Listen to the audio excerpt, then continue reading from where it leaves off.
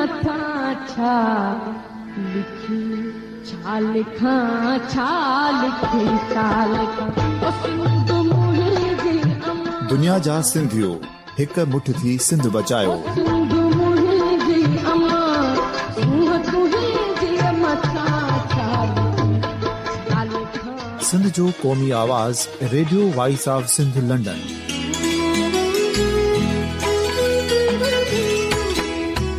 Radio voice of Sindh London पंहिंजी नशरियात में सिंध जी सियासत, समाज, इक़्तिसादियात, तारीख़, क़ौमी उमंगुनि ऐं इख़्लाक़ियात मुतलिक़ सिंध जी हक़ीक़ी तर्जुमानी कंदे प्रोग्रामनि खे असराइतो बणाइण लाइ सिंध जे घण घुरनि ऐं धरतीअ सां प्यार कंदड़ अदीबनि, दानिशवरनि, सहाफ़ियुनि, उस्तादनि, वकीलनि ऐं हर तबिके जे मानवारनि सजणनि खे सिंध में शऊरी इनकलाब लाइ सहकार जो सॾु ॾियूं था। अचो त गॾिजी सूफ़ियुनि ऐं संतनि वारी सिंध जो ओज हिक मुठ थी वरी वापसि आणण वारे सफ़र जा साथारी बणिजऊं।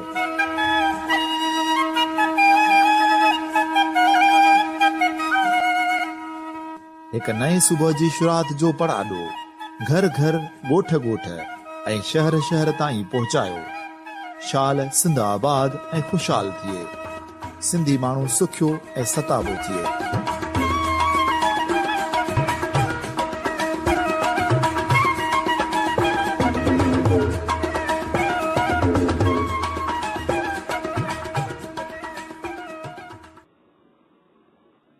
Radio voice of Sindh London पारां इमदाद अली ओढो अव्हां खे भली कार चवां थो।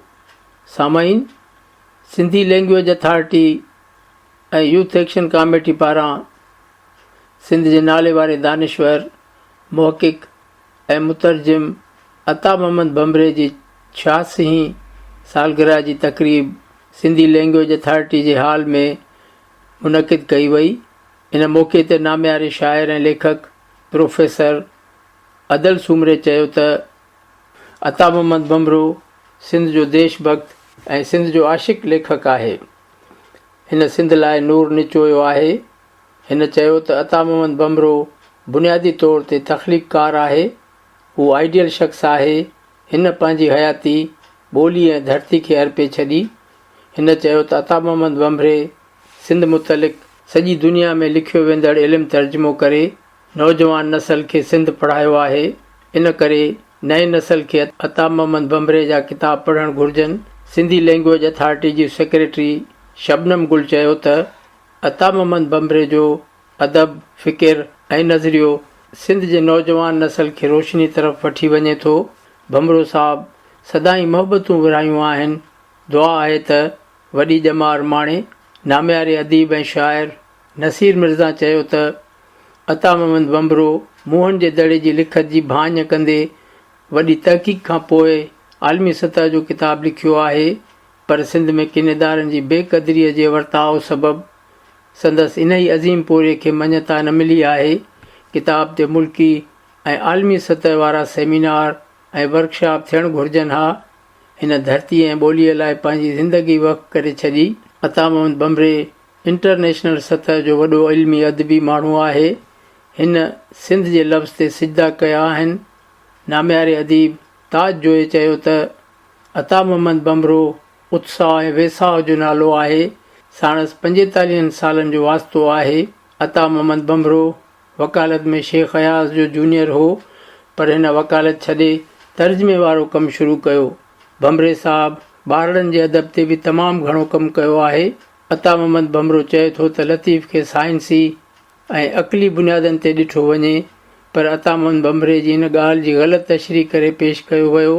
अता मोहम्मद बम्बरे जे फर्ज़ंद अब्दुल हक बम्बरे चयो त बाबा जी तबियत एतिरी बहितर न हुई, हू सालगिरह वारी तक़रीब में न अची सघियो आहे। हिन चयो त बाबा शफ़ीक़ इंसान आहे। हू मज़हबनि ऐं फ़िरक़नि में पवण बदिरां चवंदो आहे त असांजो मज़हब इंसानियत आहे। बम्बरे साहब पंहिंजे ॻोठ में तालीम जे वाधारे लाइ कमु कयो। इन करे सॼो ॻोठ 100% पढ़ियल लिखियल आहे। नियाणियुनि जी तालीम ते ज़ोर सबबु ॻोठ जूं केतिरियूं ई नियाणियूं डॉक्टर, वकील, प्रोफेसर, उस्ताद ऐं इंजीनियर आहिनि। हिन चयो त बाबा खे केतिरा ई किताब लिखण ते सख़्तियूं सहणियूं पयूं।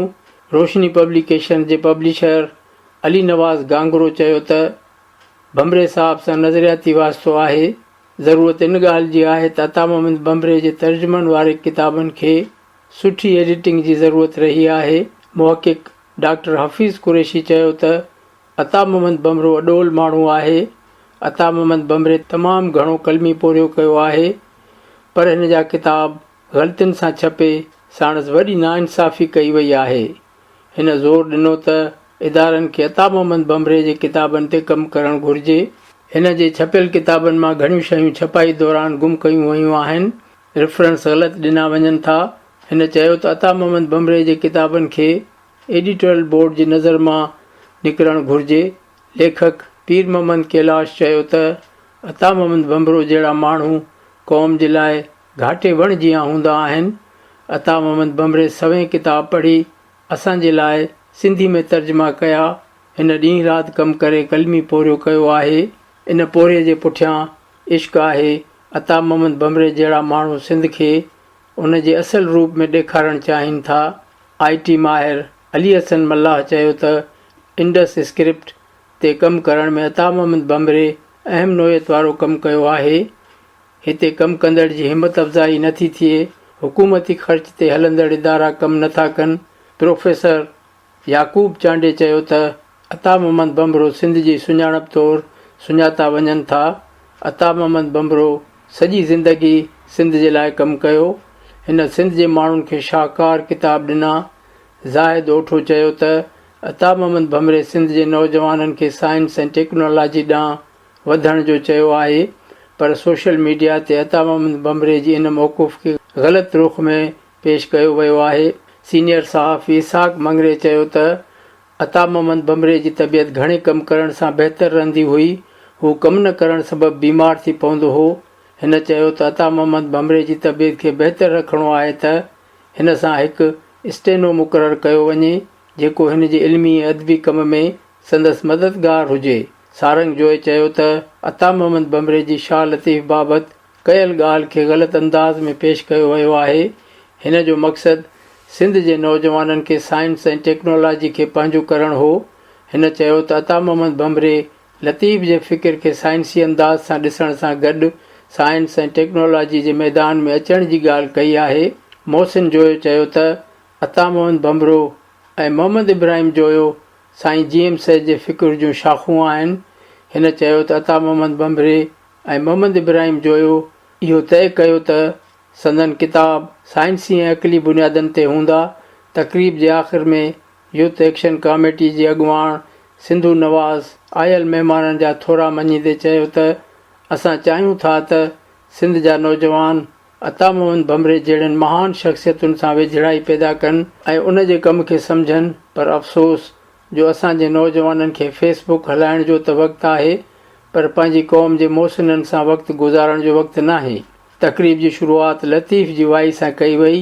वाई नौजवान रागी वकार मल्लाह पेश कई, जॾहिं त आज़ाद मीरवाही नज़ीर ओठो क़ौमी गीत ॿुधाया। अता मोहम्मद भमरो तबियत जी नासाज़ी करे सालगिरह वारी तक़रीब में शरीक न थी सघियो। इन ई मौक़े ते सालगिरह जो केक काटियो वियो। सालगिरह जी ख़ुशीअ में अजरकनि ऐं गुलदस्तनि जा तोहफ़ा ॾिना विया। समाजी अॻुवाण दर्शन लाल सचे ॾिनो। अता मोहम्मद भमरे जी सालगिरह जी मौक़े ते साईं GM सैद जो पोर्ट्रेट तोहफ़े में ॾिनो। तक़रीब जी पुॼाणी ते नौजवान रागी वकार मल्लाह सुरनि जी वर्खा करे भरपूर दाद हासिलु कयो। सामईन, अता मोहम्मद भमरे जी सालगिरह वारी तक़रीब जी मुकमिल कार्रवाई अव्हां जी ख़िदमत में पेश करे रहिया आहियूं। लंडन के मेज़बान सारंग जे तरह सभिनी दोस्तनि खे भलीकार। अॼु सिंध जे अज़ीम ॾाहे तर्जुमानीकार तारीख़ दान मौक़िक़ ॿोली जे माहिर साईं अता मोहम्मद भमरे जो जनमॾींहुं आहे। उन जनमॾींहं जे हवाले सां यूथ एक्शन कमेटी पारां सिंधी लैंग्वेज अथॉरिटी हैदराबाद में संदन सालगिरह जे हवाले सां तक़रीब जारी आहे। अचो त तव्हांखे उन तरफ़ वठी हलूं।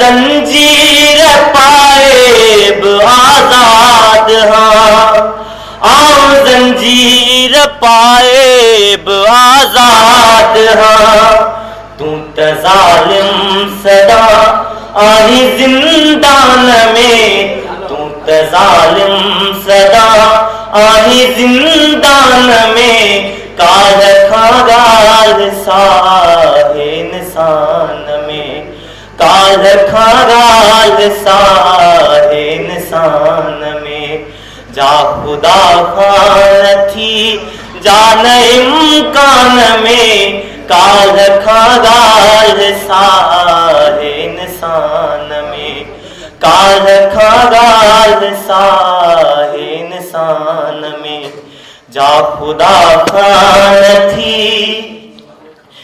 इश्क तुझो अयाज़ा है इंसान सां इश्क तुझो अयाज़ा है इंसान सां हू चवनि था त तूं नाही ईमान में हू चवनि था त तूं नाही ईमान में काल खां ॻाल्हि साहे इंसान में काल खां ॻाल्हि साहे इंसान में जा ख़ुदा खां थी जान इम्कान में जा ख़ुदा खां थी जान इम्कान में काल खां ॻाल्हि साहे इंसान में काल खां ॻाल्हि साहे इंसान में जा ख़ुदा खां थी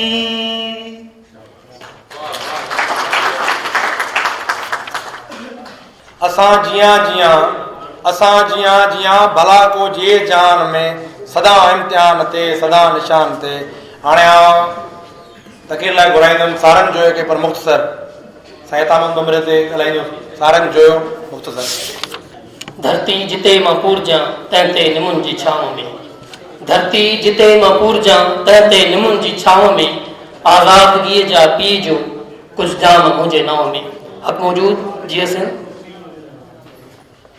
अॼु सिंध जे उन अज़ीम हस्ती तारीख़दान मुतरजिम ॿोलीअ जे माहिर ऐं मुंहिंजे उस्ताद साईं अतामन बमरे जो जनम ॾींहुं आहे सभ खां पहिरियों आउं अव्हांखे साईं जे जनम ॾींहं जूं वाधायूं ॾींदुसि उनखां पोइ मूं साईं अतामन बमरे जी ज़िंदगी जे हवाले सां हिकिड़ो ताज़ो मज़मून लिखियो जेको छपियो आहे मां चाहींदुसि त उहो हिते पढ़ी आउं दोस्तनि खे ॿुधायां छो त सोशल मीडिया जे अंदरि असां वटि साईं बमरे साहिब जेको हिकिड़ी स्टेटमेंट ॾिनी हुई उनखे बुनियादु बणाए साईं जे हवाले सां हिकिड़ी भंडी ॿारी वई उनजो असुलु जेको मक़सदु हो साईं बमरे साहिब जो उहो न सम्झी सघिया उनखे उन लाइ दोस्तनि लाइ मूं हिकिड़ो जवाबु लिखियो जेको मां हिते तव्हां दोस्तनि यादि रखंदुसि साईं अता मोहम्मद बमरे साईं मोहम्मद बख़्श बमरे जे घर में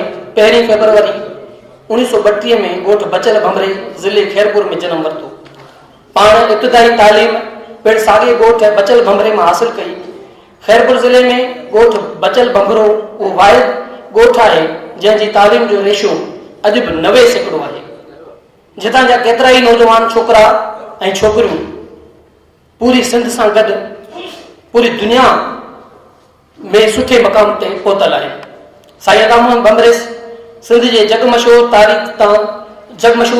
तालीमदान बैरिस्टर ऐं सिंध यूनिवर्सिटी जे अॻूणे वाइस चांसलर 4 बार जे हीरे हसन अली अब्दुलरहमान वटां वकालत पिणु सिखी साईं अतामन बमरो सिंध जो हिन वक़्तु उहो वाहिद साइंसी सोच रखंदड़ ॾाहो आहे जंहिं पंहिंजी ज़िंदगीअ जूं 86 बहार सिंध वतन सां बेपनाह मोहबत कंदे पंहिंजे कलम ज़रिए सिंध धरतीअ जी हंज में सिंध जी तारीख़ आर्कियालॉजी इंसानी इर्तिका इनकलाब वेड़ जे फन शाह लतीफ़ जे फ़िक्र ऐं फ़लसफ़े समेत ॿियनि अनेक मौज़ूअनि ते नायाब किताब तर्जुमो करे विधा आहिनि जिन जो ॻाणेटो मुंहिंजे ख़्याल में त 50 खां मथे आहे जिन में कुझु अहम किताब सिकंदर जी काव अमेरिका जा सिंधी वेड़ जो फन सिंध जे क़दीम आसारनि जी खोटाई सिंध जा क़दीम आसार मोहन जे दड़े जूं 100 मोहरूं, टटे जा कातिब,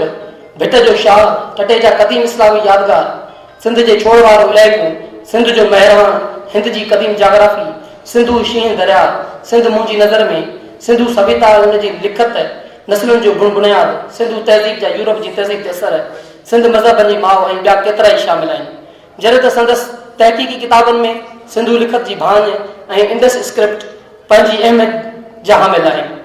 उन खां अलावा सैयद अता मोहम्मद भंबरे जा तक़रीबन 10 खन किताब अॼु बि सिंध जी मुख़्तलिफ़ पब्लिकेशन्स जे इदारनि वटि मौजूदु आहिनि, जिन में रोशनी पब्लिकेशन, सिंधी अदबी बोर्ड, सिंधी का ऐं सिंधी लैंग्वेज अथॉरिटी शामिल आहिनि, जिन में डार्विन जो एवोल्यूशन, टालमी जी जोग्राफी ऐं सिंध जे छोड़ जे इलाइक़े जा जत, इहो हाणे ताज़ो अची वियो आहे ऐं ॿिया किताब उन्हनि वटि मौजूदु आहिनि।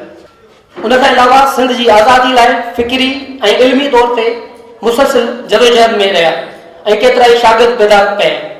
सिंध सां संदसि उन इश्क जे बदिले में हिन रियासत ऐं उन जे इदारनि संदसि पुट राजा दाहिर खे शहीद करे हिन अज़ीम इंसान खे झुकाइण जी नाकाम कोशिश कई, पर हिन अज़ीम इंसान झुकण बजाए पंहिंजे पुट जी शहादत ते फ़ख्र महसूस कंदे सिंध जी मुकमिल आज़ादी लाइ अॻे खां अॻिलो किरदारु अदा कंदो रहियो ऐं केतिरनि ई नौजवाननि जी शौरी आबियारी पिणु कंदो रहियो।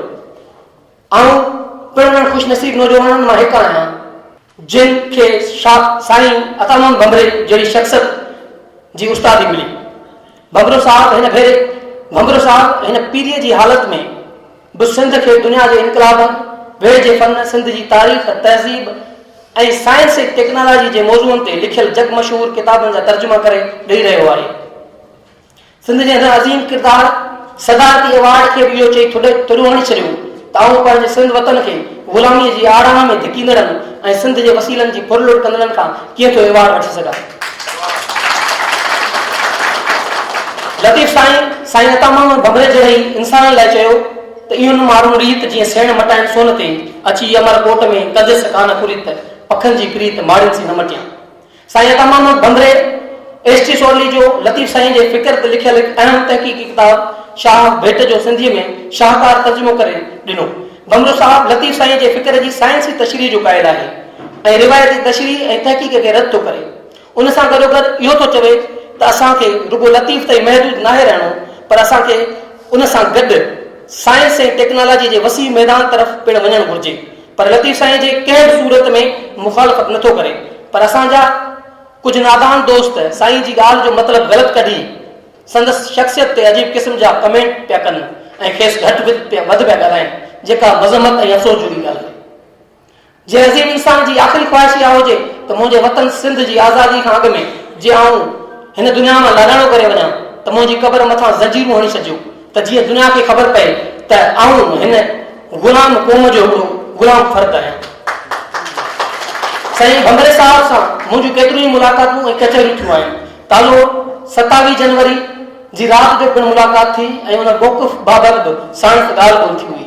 संदन चवणु हो त हिन वक़्तु लतीफ़ जे फ़िक्र ते तमामु घणो लिखियो वियो आहे ऐं अञा बि लिखिजे पियो, पर हाणे असांखे उन खां बि अॻिते वधी साइंस ऐं टेक्नोलॉजी जे मैदान में तहक़ीक़ करणु पवंदी, छो त समूरी दुनिया ऑटोमाइज़ेशन तरफ़ पई वञे ऐं तरक़ीअ, तब्दीली ऐं इनकलाब जा ॾाका तय कंदी अॻिते खां अॻिते पई वधे, पर असां अञा ताईं रिवायती अंदाज़ सां पिया तहक़ीक़ करियूं। उन करे असांजे नौजवान नसल खे साइंस जी ॼाण ॾिजे ऐं साइंस जे मैदान में खेनि तहक़ीक़ करणु घुरिजे, तॾहिं वञी असां हिन मुद्दे ख़ारिज निज़ाम मां ऐं रियासत जी ग़ुलामीअ मां जान आजी कराए दुनिया सां कुल्हे में मिलाए सघंदासीं। ऐं पाण शाह लतीफ़ जे फ़लसफ़े ऐं फ़िक्र जो शागिर्द आहियां ऐं हर महाज़ ते लतीफ़ साईं ते थियल गैर साइंसी तनक़ीद ऐं हमलनि जो दिफ़ा कंदो रहियो आहियां ऐं आउं सम्झां थो त लतीफ़ जो फ़िक्र माज़ी, हाल ऐं मुस्तक़बिल जो तर्जुमान आहे। उन करे असांखे लतीफ़ जे फ़िक्र जी साइंसी तशरीह करण सां गॾु साइंस ऐं टेक्नोलॉजी जी फील्ड में जेके नवां इनकलाब बर्पा थिया आहिनि उन्हनि तरफ़ वधणु घुरिजे ऐं साइंसी मुताले ऐं तहक़ीक़ ज़रिए असां न सिर्फ़ु पंहिंजे ख़्वाबनि जी सिंध हासिलु करे सघूं था, पर उन सां गॾु सिंध जी तामीर बि करे सघूं था। मां सम्झां थो त साईं अता मोहम्मद भंबरो सिंध जे अंदरि उहो वाहिद मौक़िक़ तारीख़दान ऐं तालीमदान आहे जेको असांखे असां वटि जेका पीर परस्ती ऐं अक़ीदे परस्तीअ जी जेकी भुरमार ऐं भरमार लॻी पई आहे समाज जे अंदरि, असांजा जेके ज़हन आहिनि उहे मुडा थी चुका आहिनि, उनखे तब्दील करण जे लाइ असांखे चए थो त बाबा तव्हां साइंस जी तरफ़ अचो, टेक्नोलॉजी जी तरफ़ अचो, यानी हर शइ जेकी आहे उनजे पोयां रीज़न आहे, दलील आहे ऐं तहक़ीक़ आहे। बग़ैर तहक़ीक़ जे, बग़ैर तनक़ीद जे, बग़ैर साइंसी ॾाका तय करण जे को बि समाज जेको आहे उहो तब्दील नथो थी सघे, कंहिं बि समाज में इनकलाब बर्पा नथो थी सघे। उन करे ज़रूरी आहे त असां जेकॾहिं दुनिया सां कुल में मिलायूं त असांखे साईं भंबरे साहिब जी उन ॻाल्हियुनि ते अमल करणो पवंदो त साइंस जी फील्ड में, टेक्नोलॉजी जी फील्ड में असांखे अॻिते वधणु घुरिजे ऐं समाज जो जदलाती ऐं तारीख़ी मादी बुनियादनि ते तर्जुमो करे उनजो हल कढी उनजो हल तरफ़ वञिजे ऐं नौजवाननि खे साइंस जी ॼाण ॾिजे।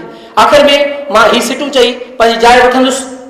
हणणु हकलणु ॿेली सारण, हणणु हकलणु ॿेली सारण, मंझाई मरक विझनि था न फ़र्क़ु रुक वेंदी रांदि में। महिरबानी। नौजवान सारंग जो जंहिं साईं ते ॻाल्हायो, हाणे मां गुज़ारिश कंदुमि साईं जी ज़िंदगी ते ऐं साईं जी जेका जदोजहद आहे ते ॻाल्हाए। एसाक मंगरियो, साईं एसाक मंगरियो। साईं अतामत बंबरे साहिब जी 86 सालगिरह तव्हां सभिनी दोस्तनि खे मुबारक हुजे ऐं असांखे ख़ुशी आहे त साईं जी असीं सालगिरह सुठे नमूने सां मल्हायूं पिया ऐं सॉरी हिन नौजवाननि खे बि मुबारक हुजे ऐं जस हुजे जो उन्हनि में उत्साह मौजूदु आहे ऐं पंहिंजे बुज़ुर्गनि जी ऐं पंहिंजनि ॾाहनि जी जो असां क़दुरु कयूं था। ॻाल्हि सफ़ा मुख़्तसिर आहे। हाणे एतिरा चाहींदड़ आहिनि साईं अतामत बंबरे साहिब जा, पर किथे न किथे को फॉल्ट रहिजी वञे थो। हिकिड़ो मुंहिंजो दोस्त आहे, उहो अतामत बंबरे साहिब जो घणो गहरो दोस्त आहे ऐं उनजो चाहींदड़ आहे, तंहिं करे आउं सॼो इहो बहस उन सां कंदो आहियां ऐं हीअ जेका ॻाल्हि चवां पियो बाबा आउं उन जे हवाले सां चवां पियो। हाणे साईं अतामत जी सां असीं जॾहिं बि मिलण वेंदा आहियूं तॾहिं अहसासु थींदो आहे त अॼु हुनजी तबियत ठीकु कान्हे। हुनजी तबियत ठीकु न हुअण जो सबबु इहो आहे त साईं जेको कमु करे पियो उहो शायदि कुझु ॾींहंनि में न कयो आहे। माना उहो कमु न कंदो त माना बीमार थी पवंदो। पोइ शुगर चवंदो यार गड़बड़ थी वई आहे, शुगर हेठि मथे थी वई आहे, हीअ थियो आहे, उहो थियो आहे।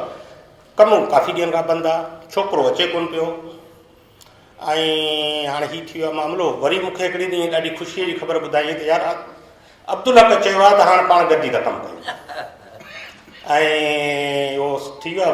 वरी आउं कुझु ॾींहं खां पोइ पुछियो आहे, चई न अब्दुल हक यार क़ाबू थी वियो आहे, हू पंहिंजे हुनजी का डोमिसाइल जो चकर आहे, डोमिसाइल ॾाढो टाइम थो वठे, वरी इहो कमु थियो पियो आहे। हाणे इहो कमु न थियण जे नतीजे में बहरहाल साईं तबियत हेठि मथे थी वेंदी आहे। सो मूं हुन पंहिंजे दोस्त खे चयो जेको अतामत साहिब जो घणो ॻाल्हियूं कंदो आहे, उनखे चयो त हीअ जेको आहे हीअ सभई साईं नसीर साहिब वारा ऐं ताज साहिब वारा उते मौजूदु आहे, अदी शबनम बि हुई, शाह अब्दुल लतीफ़ भिटाईअ जी जेका हीअ अॻी हुयो मेलो, उन में डॉक्टर डॉक्टर मुबारक साहिबु आयल हुयो ऐं हाणे बि आयो हुयो डॉक्टर मुबारक साहिबु। आउं वरी डॉक्टर मुबारक साहिब सां उते वेठुसि त मूंखे फील थियो त डॉक्टर साहिबु नज़र त बिल्कुलु नथी पियो ऐं हू पंहिंजी धीउ सां आयल हो गॾु ऐं वरी हुन सदारत कई प्रोग्राम जी ऐं उनखां पोइ मूं इहो डॉक्टर साहिब खां हुनजे कमकार जे बारे में पुछियो, साईं छा पिया लिखो, किथे पियो थिए कमु, छा पियो करे, कहिड़नि किताब पिया लिखो। मूंखे चई तव्हां 5 अख़बारुनि में रोज़ाना मुख़्तलिफ़ वक़्तनि ते कालम लिखंदो आहियां ऐं ॿिया ई किताब लिखां पियो ई फिलाणे इदारनि सां, मुंहिंजा फिलाणा किताब अचनि पिया। मूं चयोसीं तव्हां ॾिसो कोन था हीउ सॼो कमु कीअं था कयो। चई त स्टेनूं ईंदो आहे मूं वटि, आउं ॻाल्हाईंदो आहियां, हू लिखंदो वेंदो आहे ऐं उन वक़्तु बि जेका तक़रीर उते कई उहा बि उन वटि लिखत हुई ऐं उनजी कापी मूंखे ॾिनई। त हाणे हीउ कमु एॾो को ॾुखियो आहे, को बि हिकिड़ो स्टेनूं अची साईं अतामत बंबरे साहिब वटि वेहे ऐं साईं ॿुधाईंदो वञे, हू लिखंदो वञे। अब्दुल को मसरूफ़ आहे, को ॿियो माण्हू मसरूफ़ आहे, हीअ एॾो साईं चवंदा आहियूं यार वेठो आहियां कमु केरु करे। आउं ऐं फ़हमीदा कॾहिं कॾहिं वेंदा हुआसीं त हुन को सम्झो त फ़हमीदा घणो पढ़ियलु लिखियलु आहे। हुन चयो त फ़हमीदा तूं चए त वेही मूं वटि रोज़ानी कमु करीं त फस्ट क्लास ते चयो आउं वेही सघां थी, पर मूंखे अंग्रेजी कोन अचे। त हाणे हीअ मतिलबु आहे हिकिड़ो आहे असांजो हीअ जेका साईं ॻाल्हि करे थो साइंटिफिक सोच उन में फ़र्क़ु केॾो आहे। असीं आहियूं वरी हवाली ऐं कम वारा न आहियूं, इहो आहे फ़र्क़ु। ॿी ॻाल्हि इहा आहे त आउं हाणे साईं सां वियुसि, हीअ जेका साईं जी तबियत ख़राबु थी पई त आउं वियुसि त मूंसां मुंहिंजो नंढिड़ो ॾोहिटो गॾो, साईं हथु ॾिनो त साईं हथु ॾिनो हुनखे, बाबा छा नालो अथई? त चयईं सिकंदर। त साईं खे फौरन पंहिंजा किताब यादि अची विया, सिकंदर त तमामु यूनान। चयईं हा एलेक्जेंडर चवंदा आहिनि अंग्रेज़, पर आउं हुनखे सिकंदर चवंदो आहियां, ऐं सिंधी माण्हू बि हुनखे सिकंदर चवंदा आहिनि। ईअं करे ऐं मूंखे हिकिड़ी 2 3 4 ॻाल्हियूं ॿुधायूं, बीमार हुआ ऐं ॻाल्हि करण सां त सिकंदर जेको सॼे रोए ज़मीन फतेह करण लाइ निकितो हुयो, पर हू फासी पियो सिंध में, ऐं सिंध में ई हुनजी सॼी हुनजी जेका अगराई वारी हुई उहा उन ख़तमु थी वई। ईअं करे हवालो ॾिनी उन लेखक जो त फिलाणे लेखक हीअं लिखियो आहे, बिना हवाले जे का बि ॻाल्हि न चवंदो आहे, ऐं हू बिल्कुलु हवाले सां ॻाल्हि कंदो आहे, इंतिहाई साइंटिफिक नमूने सां ॻाल्हि कंदो आहे। सो बहरहाल ज़रूरत इन ॻाल्हि जी आहे त साईंअ जो जेको कमु आहे उहो कंहिं न कंहिं नमूने सां अॻिते जारी रहणु खपे। महिरबानी। इहो हुयो साईं इसाक मंगरू जंहिं साईं जी ज़िंदगी ते ॻाल्हायो। अॼु नज़ीम इंसान जी जनम ॾींहुं आहे, जंहिं सॼी ज़िंदगी पंहिंजी धरती ऐं पंहिंजे माण्हुनि लाइ गुज़ारी ऐं लिखियो आहे। ऐं असां हीउ जेको प्रोग्राम विचक्षण कॉमेडी तरफ़ां कयूं पिया ऐं सिंध लैंग्वेज अथॉरिटी वारनि जे सहकार सां, हाणे आउं गुज़ारिश कंदुमि साईं ते चंद लफ़्ज़ ॻाल्हाए मौसम जोयो, साईं तमामु बमरे जी ज़िंदगी ते मौसम जोयो।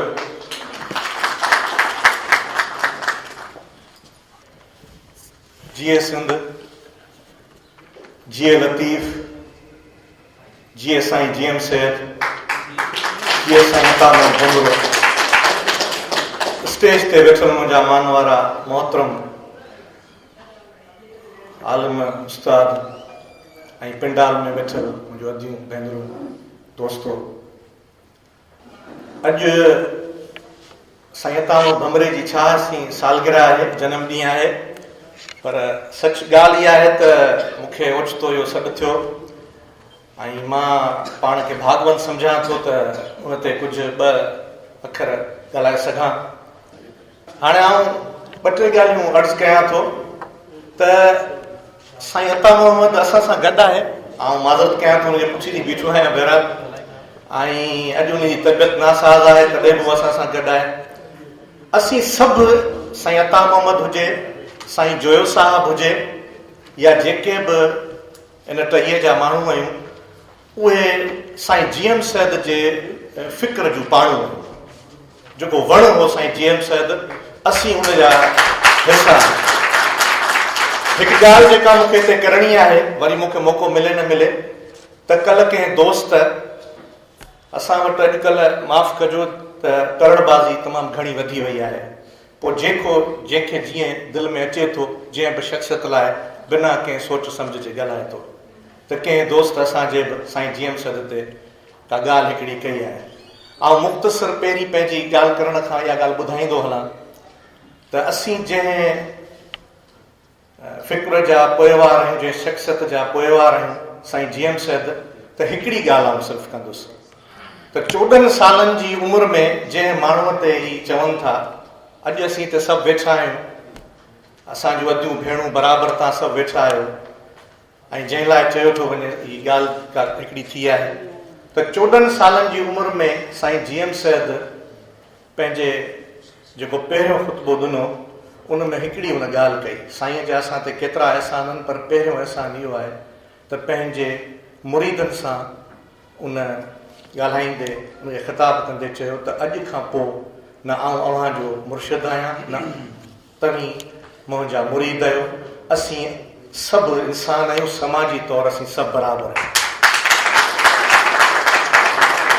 जेका गादी उन वटि हुई, ऐं ॿी गादी जो ज़िक्र नथो कयां हिते हिन वक़्तु, जेकॾहिं साईं जीएम सैद बि चाहे हा त आउं उन माण्हू खे चवां थो त जेकॾहिं उन वक़्तु साईं जीएम सैद इहो फ़ैसिलो न करे हा त अॼु असीं बि एतिरनि केतिरनि मेलनि मेड़ाकनि में पहिरें उघाड़े बीठा हुजूं, वात पटियो आसमान ॾांहुं पिया ॾिसूं हा, ऐं असांखे ख़बर न हुजे हा त इहो साईं जीएम सैद हो, जंहिं उन वक़्तु बिना कंहिं सियासी ॻाल्हि करण जे या छा पर एॾो वॾो फ़ैसिलो कयो जंहिंजो अॼु ही सॼो नतीजो आहे, जंहिंजो नतीजो इब्राहिम जो आहे, इहो नतीजो इहो नतीजो असीं सभु। बहरहाल हाणे ॿी ॻाल्हि ते अचां त 2011 में असां साईं अता मोहम्मद बंबरे सां किन दोस्तनि हिते शाम हलाई हुई ऐं असीं साईं जोए साहिब खे हिते वठी आया हुआसीं। इन खां अॻु में ईअं थियो जो कंहिं दोस्त कचहरीअ में साईं जोए साहिब खे चयो त अता मोहम्मद बंबरो साहिब अॼुकल्ह तर्जुमा करे रहियो आहे, त साईं ॾाढो ख़ुशि थियो, छो जो साईं बि उन्हनि तर्जुमनि सां वास्तो रहियो आहे। त साईं चयो त मूंखे अता मोहम्मद बंबरे सां मुलाक़ात करणी आहे ऐं हू जेकी किताब तर्जुमो करे पियो, पर कुझु अहिड़ियूं ॻाल्हियूं आहिनि जेके मां हुन सां रूबरू करणु चाहियां थो। मां अली आकाश कुझु दोस्त साईं वटि वियासीं हुते ऐं तमामु घणियूं हिकिड़ी बहरहाल तमामु सुठी कचहरी थी। ऐं पोइ साईं चयो त न जोयो साहिब त सवाल ई पैदा कोन्हे त मूं आऊं उन्हनि जी हाज़िरी में ईंदुसि, बिल्कुलु अव्हां सां गॾु हलंदुसि ऐं कचहरी कंदासीं। हुते पहुतासीं, साईं उन्हनि खां सभु ॻाल्हियूं कयूं त अता मोहम्मद साहिब पंहिंजे किताबनि जा हवाला ॾिना, सभु शइ। त साईं जोए साहिब उन्हनि खे हिते इहा ॻाल्हि कई त ठीकु आहे, सिंध जी तारीख़ असां सभु उन ते कमु कनि पिया ऐं थींदो रहंदो ऐं अव्हां ॾाढो सुठो कमु पिया कयो, पर असांखे फ़िक्रमंद थियणु घुरिजे सिंध जे मुस्तक़बिल सां।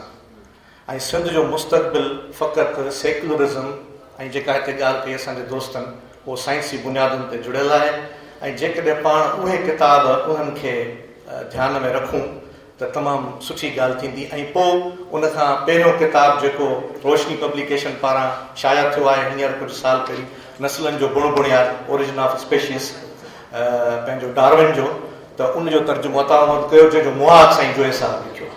अहिड़ी तरह सां साईं उनखे चयो त ह्यूमन साइड ऑफ साइंस थियणु घुरिजे ऐं पंहिंजो किताबु सेक्युलरिज़म छा चइबो आहे सिटी ऑफ सेक्युलरिज़म थियणु घुरिजे ऐं dialectic materialism, assess on dialectic materialism, अहिड़े क़िस्म जा रेफॉर्मेशन किताब आहे उहो थियणु घुरिजे। त हिननि ॿिन्ही वई उते तइ कयो त अॻिते जेके बि किताब ईंदा उन्हनि जो घणे भाङे जेको तालुक़ु हूंदो उहो साइंसी अक़लियत पसंदीअ सां। ऐं पोइ अता मोहम्मद साहिब बि उनखे वधीक संजीदगीअ सां वरितो ऐं इहो सिलसिलो हलियो। हाणे तव्हां रुॻो पहिरीं ॻाल्हि इहा आहे त असांखे ॾाढो हिते अफ़सोस थिए थो त माण्हू तर्जुमे निगार खे या तर्जुमे खे ॾाढो घटि नज़र सां या ॾिसनि था त इहो को कमु न आहे या छा आहे, पर तव्हां जेकॾहिं अता मोहम्मद साहिब जे तर्जुमनि जी चूंड ॾिसो, असल ॻाल्हि आहे त उहो चूंड कहिड़ी थो करे तर्जुमनि जी, उहे कीअं जेको अदब असां जे विच में मौजूदु न आहे या उनजो गैप आहे त उहो उन्हनि खे तर्जुमे वसीले कीअं पूरो करे थो। त जेके उन तर्जुमा कया आहिनि तव्हां इहा सॼी ॻाल्हि उनखे ध्यान में रखो था। हाणे हिकिड़ी ॻाल्हि जेके हीअ सभु ॻाल्हियूं थियूं, हाणे हिते ॻाल्हि थी इसाक़ साहिबु ॻाल्हि करे वियो त उन सां गॾु कमु केरु करे। ऐं हिकिड़ी ॻाल्हि तव्हांखे ॿुधायां त जेके बि जंहिंजे पोयां यादि रखिजो इहा ॻाल्हि ऐं आहे सभिनी, जंहिंजे पोयां बि GM साहिब जो नालो हूंदो न उनखे सुख सां वेहणो कोन ॾींदो। मूंखे ख़बर आहे कंहिंजो पुटु मारियो वेंदो, कंहिंजो पुटु जेरे बाग़ी कयो वेंदो, कंहिंखे ज़लील कंदा, कंहिंखे छॾींदा कोन। उन में कीअं कमु करिणो आहे, छा थो करिणो पए, मुंहिंजा साईं असांखे ख़बर आहे। हा, अता मोहम्मद बंबरे सां हिकु न 1000 माण्हू वेहंदा, इदारा गॾु वेहंदा, उनजी ॻाल्हि ॿुधंदा, सालगिरह में उनखे मथे ते खणंदा। हीअ त इहा जेका पंहिंजी सिंधू नवाज़ साहिबा, ही मुंहिंजा दोस्त, ही पंहिंजो सारंग आहे, ॿिया ई जवान, इन्हनि खे शाबाश आहे। इदारनि खे इदारा छो कंदा? इहो तॾहिं मुमकिन आहे जेको तव्हां चाहियो था न, जॾहिं सिंध आज़ादु थींदी। इन खां पहिरीं मुमकिन हिकु हिननि जी तरजीह कान्हे, हिननि जी तरजीह अता मोहम्मद बंबरो, साईं GM साईं जोयो साहिबु आई कोन्हे। हीअ सिर्फ़ु उन्हनि ते इल्ज़ाम हणंदा, उन्हनि खे रद्द कंदा। ही इदारा सभु यरगमाल थी चुका आहिनि। ऐं उन ते वधीक नथो ॻाल्हायां त इहो कीअं थियो आहे, छा थियो आहे। हींअर हाणे हिकिड़ी ॻाल्हि, आख़िरी ॻाल्हि, तव्हां अता मोहम्मद बंबरे खां वठी लतीफ़ खां वठी, लतीफ़ ते वॾो बहस पियो थिए त कीअं थियणु घुरिजे, छा थियणु घुरिजे, कहिड़ियूं ॻाल्हियूं थियणु घुरिजनि। भई बुनियादी ॻाल्हि इहा आहे त हिननि जेको बि कमु कयो आहे उहो सिंधीअ ॿोलीअ में आहे ऐं सिंधी ॿोली जी सूरत हाल छा आहे। ऐं रुॻो हिते मुंहिंजो दोस्त वेठो आहे, मला साहिबु वेठो आहे, ॾाढो हिनजो टेक्नोलॉजीअ में तमामु घणियूं ख़िदमत, बिल्कुलु, पर बुनियादी ॻाल्हि सिंधी लिखणु, सिंधी पढ़णु, सिंधी ॻाल्हाइणु, इहो दुनिया जो को बि कंप्यूटर नथो करे सघे। इहो उस्ताद करे सघे थो, इहे स्कूल करे सघनि था, इहा क़ौम करे सघे थी। त हाणे जेको उन्हनि जो सॼो पैगाम आहे असां वटि उहो सिंधीअ में आहे घणे भाङे, ऐं असीं चाहियूं था त असीं पंहिंजी ॿोली बचायूं ऐं असीं इहो चाहियूं था त अतामत भमरे साहिब जो जेको कमु रहियल आहे जेकॾहिं इदारा उहे खणणु चाहिनि था त कनि, न त इहो असांखे पंहिंजे पाण ते वसाए पंहिंजे इहो तमामु हिकिड़ो महिनत तलब कमु आहे, उहो असीं जेकॾहिं चाहियूं त करे सघूं था अहिड़ियुनि महफ़िलनि में। ऐं असांखे उमेदु आहे त हीअ जेके 86 साल आहिनि त अतामत साहिबु 100 साल पंहिंजा पूरा कंदो। बाक़ी ॻाल्हि इहा आहे त हिकिड़ी आख़िरी हिकिड़ो मुंहिंजो अर्ज़ु आहे, हीअ अव्हांजे हथनि में आहे न, हीअ हिकिड़ी अजीब शइ आहे। हीअ चाहे त मिंट में माण्हूअ खे आसमान ते पुॼाए, जेकर हीअ चाहे त फर्श ते। जोयो साहिबु हूंदो पोइ चवंदो त जॾहिं मुंहिंजी तबियत ख़राबु हुजे त महिरबानी करे चओ माण्हुनि खे त मूंसां न मिलनि, मुंहिंजो स्टेट ऑफ माइंड कहिड़ो आहे, मूंखां ओचितो केरु सवाल करे विझे थो त आउं कहिड़ो जवाबु ॾियां। त बहरहाल त कोशिशि कयो त अहिड़नि माण्हुनि खां तफ़सीली ऐं जॾहिं ॾिसो त हू ज़हनी तरह सां जिस्मानी तरह सां सिहतमंद आहिनि तॾहिं ॻाल्हायो, या निजी तरह ॻाल्हायो त पोइ उनखे कोशिशि कयो त पब्लिक न कयो। कोशिशि इहा कयो त अहिड़ा सुवाल या अहिड़ियूं ॻाल्हियूं न कनि। महिरबानी तव्हांजो वक़्तु वरितो जीअं सिंधीअ तोखे ॾिसंदे थियो वेसा, तोखे ॾिसंदे थियो वेसा, ॼाणे ख़ुदा सिंध जीअंदी सदा, सिंध जीअंदी सदा। हाणे साईं जे जनम ॾींहं जो केक कटींदासीं। साईं अतामत भमरे 86 जनम ॾींहं जो केक कटियो वेंदो। सभिनी दोस्तनि खे गुज़ारिश था कयूं साईं जो जनम ॾींहं जो केक कटो। साईं अतामत भमरे जो फर्ज़ंद आहे साईं अब्दुल भमरो, जेको कंहिं रस्म में अचे, संधू नवाज़ गांगरो, साईं नवाज़ गांगरो ऐं अधियारियूं बचनि मथे। साईं जो जनम आहे उन केक में रस्म में अचे गॾु सां थियनि, छो जो अज़ीम इंसान जो जनम आहे जेको असीं शागिर्द मल्हायूं पिया, मल्हायो कोन्हे। ऐं साईं ख़ुदि अतामत रोशनी आहे जंहिं सॼी ज़िंदगी हिन धरती हिन माण्हुनि लाइ वक़फ़ करे छॾी आहे। उहो ख़ुदि हिकु इदारो आहे जेको उन यूनिवर्सिटी जो शागिर्द आहे, सन यूनिवर्सिटी जो।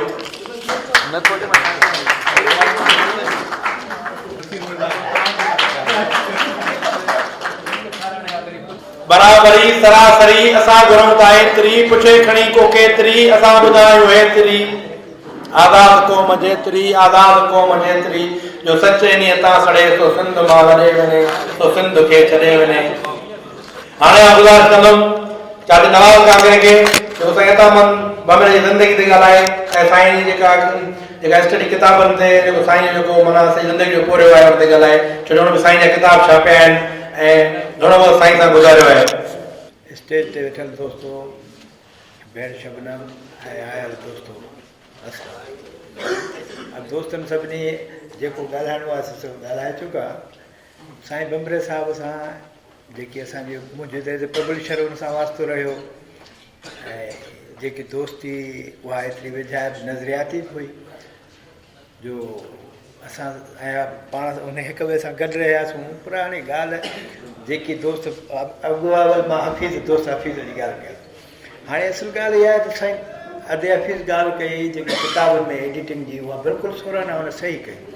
साईं सां ॿ चारि मसाइला आहिनि, हिकिड़ो त हुनजी नज़र कान्हे ऐं ॿियो त जॾहिं इनलार्ज करे हू उन्हनि खे तर्जुमो करे थो कुझु रहिजी थी वञनि। असां वटि प्रोफेशनली एडिटर्स आहिनि कोन सिंधीअ में, न असां अहिड़ा पैदा करे सघिया आहियूं, न वरी असां में अहिड़ी सघई आहे प्राइवेट पब्लिशिंग में ऐं उन्हनि इदारनि में जो उहे ओतिरी पेमेंट ॾेई सघनि।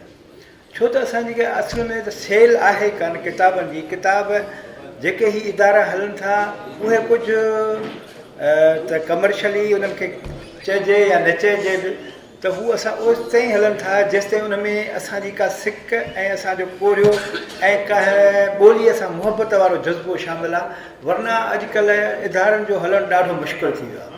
हाणे जॾहिं मुंहिंजो नौजवान पुटु हिन फील्ड में आयो ऐं उन एक्टिविटी पंहिंजी शुरू कई, मां त हाणे विझर में उन जे हवाले सभु कमु कयो आहे, त उहे ॾिसनि था त जेको असांजो लिटरेचर आहे उनजो हिकिड़ो तमामु घटि मां घटि थींदो थो वञे। जो हाणे त सिंधीअ में जेकॾहिं असां ॾिसूं त 300 ऐं 200 किताब था छपजनि त उन ते छा एडिटिंग थींदी, छा एडिटिंग जा ख़र्च थींदा, केरु इहो सभु कुझु अख़राजात बर्दाश्त करे सघंदो। हाणे को बि माण्हू अहिड़ो पोरियो, हाणे असां साईं जा जॾहिं 3 किताब एडिटिंग जे लाइ ॾिना, पहिरियों साईं जेको आहे पिताफ़ी साहिब खे ॾिनोसीं, उन मोटायो, कुझु कयो कुझु न कयो, त वरी साईं असां जेको आहे सिंधी ॿोलीअ जो प्रोफेसर आहे जेको जंहिंजा किताब धारे जो साहिबु, उन ॾे उन बि 6 महीना रखी वापसि ॾिनो। किताबु हाणे माण्हू उहो शायदि उन में साइंस बि आहे ऐं जेको आहे ॿोली बि आहे, ॿियूं शयूं बि आहिनि। त हाणे असां चयो त अहिड़े माण्हू खे ॾिजे जेको साइंस सां वाबस्ता हुजे, त उनखे ॾिनोसीं। उन 6 महीना किताबु रखी चई यार मूंखां त थिए नथो, मसालो आहे, तव्हां ईअं वञी छपायो। हाणे वरी कंहिंखे ॾियो, वरी उनजो साईं पताबी साहिबु आयो, उन सां वेही सलाह कईसीं। उन कंहिं ॿिए माण्हूअ जे उन बि 3-4 ॾींहुं उन बि किताबु वापसि कयो। मसालो इहो आहे त आख़िर इन्हनि खे हैंडल आख़िर कजे त कीअं कजे। हाणे सभु दोस्त हफ़ीज़ खे ॾींदासीं, उहो वीचारो खणी हिकिड़ो किताबु कंदो, पर साईं बंबरे साहिब जा जेकॾहिं 10 किताब हूंदा त इहो एडिटिंग में हिनखे 10 साल लॻंदा। त अहिड़ा या त 10 माण्हू या 20 माण्हू अहिड़ा हुजनि डेवोटेड जेके इहो कमु करे सघनि। असां कुझु न कुझु उन्हनि खे महिनताणो ॾींदासीं, जहिड़ो असांजो हाल आहे। पर हाणे ओहिड़ो ॾेई सघूं जेको ॿाहिरीं दुनिया में थो मिले, त अहिड़ो असांजे वस में कोन्हे। बहरहाल बाक़ी इहे कमियूं बेशूं आहिनि, उहे रहिजी इन जे ई करे वञनि थियूं जो हाणे हिकिड़ो न पब्लिशर इन फन खां वाक़ुफ़ु हुजे थो जो सॼो पाण कमु करे, न वरी उन वटि अहिड़नि माण्हुनि जी का टीम आहे जो असां अहिड़ा टीम रखी नथा सघूं। जेकॾहिं 10 माण्हू असां रखूं त उन्हनि 10 माण्हुनि जा जेके मंथली अख़राजात हूंदा, जेकी सिंधी पब्लिशिंग जो हाल आहे, उहो इदारो 2 लख या 2.5 लख रुपया आख़िर पे किथां कंदो? त इहे सभु कुझु आहे प्राइवेट पब्लिशिंग में। गवर्नमेंट जा इदारा आहिनि, उन्हनि खे करोड़नि जी अरबनि जी केतिरी बि बजट आहे, उन्हनि खे हिकिड़ा सालाना बजट थी मिले। असां त इन मां ई किताब छपायूं था, इन मां ई गुज़र कयूं था, इन मां ई सभु कुझु कयूं था। सो बहरहाल पोइ जेतिरो मुमकिन हूंदो कंदासीं, साईं हफ़ीज़ जे सलाह ते अमल बि कंदासीं, पर जहिड़ो असांजो हाल आहे उहो ई कंदासीं। साईं बंबरे साहिब जा जेके असां वटि 2-4 किताब आहिनि, उहे हिकु अधु साईं हफ़ीज़ साहिब खे बि ॾींदासीं, ऐं ॿिया बि जेके दोस्त उहो असांखे ॿुधाईंदो। ॿिया जेका दोस्त सभु तव्हां त न करे सघंदो, सभु तव्हां करे न सघंदो, कंदो त असांजे अखियुनि ते, पर जेका ॿिया बि दोस्त हूंदा त उन्हनि खे बि अहिड़ा जेकॾहिं असांखे मिलनि दोस्त, उन्हनि खे कुझु न कुझु असां जेतिरो असांजो हाल आहे उहा पेमेंट बि कंदासीं। असां हींअर न ताईं साईं जा 11 खनि किताब छपाया आहिनि, 4 खनि मूं वटि आहिनि पेंडिंग, पर उहे बि ईअं आहे त 7 सालनि खां घुमंदा था रहनि, छो त उहे अहिड़नि मौज़ूअनि ते आहिनि जिन ते कंहिं न कंहिं एडिटर खां मोकिली अचनि था। साईं हिकिड़ो साईं जो किताबु हो डिसेंट में, उहो हिकिड़ो त इहो थियो त उनजो साईं जेको कयो तर्जुमो, उहो पुराणो एडिशन हो, उन मां 2 चैप्टर नए एडिशन में एड थियल आहे, उहे साईं न कराया। साईं जी हाणे त हालत अहिड़ी कान्हे जो करे सघे, त पोइ वरी उहे हुसैन बादशाह खां असां एड कराया, पोइ साईं सां ई मशहूरु सां। त साईं चयो त भली ठीकु आहे, जेकॾहिं उन्हनि जो को एडिटर तौरु जेकॾहिं उनजो नालो शामिलु कयो, मूंखे कोई एतिराज़ु कोन्हे। ऐं हुन बि वीचारे करे ॾिना हुसैन उहे 2 चैप्टर। बहरहाल असां हाल सारूं कोशिशि कयूं था, असांखां ग़लतियूं रहिजी थियूं वञनि, इन जे लाइ मुआज़रत छा कजे, जो असांजो जेतिरो वस आहे उहो ई करे सघूं था।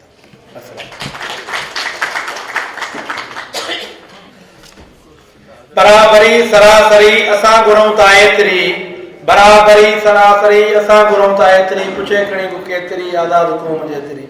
हाणे आउं गुज़ारिश कंदुमि साईं ताज जो की जेको साईं सां घणो वक़्तु रहियो आहे, ऐं साईं जी ज़िंदगी ते ॻाल्हाए, ऐं साईं जी किताबनि जेके साईं किताब छपिया आहिनि उहे माण्हू खे ॿुधाए, ऐं साईं जी ज़िंदगी जो मुख़्तसर अहवालु ॿुधाए, ऐं साईं जी नौजवानी मोड़ी। दोस्तो, तव्हां सभिनीनि खे मुबारकबाद जो तव्हां साईं अता मोहम्मद बंबरे जे सालगिरह जे हिन ॾींहं ते अची गॾु थिया आहियो। साईं अता मोहम्मद बंबरो उत्साह ऐं निसाह जो नालो आहे। न्याज़ हमाइनीअ हिकिड़ो शेर लिखियो हो जेको साईं जीएम साहिब जे हवाले सां, ऐं उहो साॻियो शेर साईं अता मोहम्मद खे डेडिकेट कंदुसि त तोखे ॾिसंदे थियो वेसाह ॼाणे ख़ुदा, सिंध जीअंदी सदा, सिंध जीअंदी सदा। साईं जीएम साहिब हुजे, मोहम्मद इब्राहिम जोयो हुजे, अब्दुल वाहिद आरिसर हुजे, अता मोहम्मद बंबरो, ही अहिड़ा माण्हू आहिनि जेके उम्मीद वारे ॾींहं ते ॼावा। असां कॾहिं बि हिननि माण्हुनि खे मायूस न ॾिठो। साईं जीएम साहिब उहो शख़्स आहे जंहिं ते तारीख़ में जेकॾहिं कंहिं माण्हूअ ते कुफर जे फतवा खां वठी ऐं जेके इल्ज़ाम लॻा आहिनि, ऐं सम्झां थो त असां पारे जे माण्हूअ ते जेकॾहिं उहे इल्ज़ाम लॻनि त असीं मायूसीअ में ख़तमु थी वञूं। हे त नंढड़ो हिकिड़ो माण्हू आहे करीम राजपर, जंहिं वीचारे खे इहा ख़बर न आहे, जंहिं आउं सम्झां थो साईं जीएम साहिब जो हिकिड़ो किताबु न पढ़ियो आहे। उहो चए थो त साईं जीएम सैद जाहिल हो।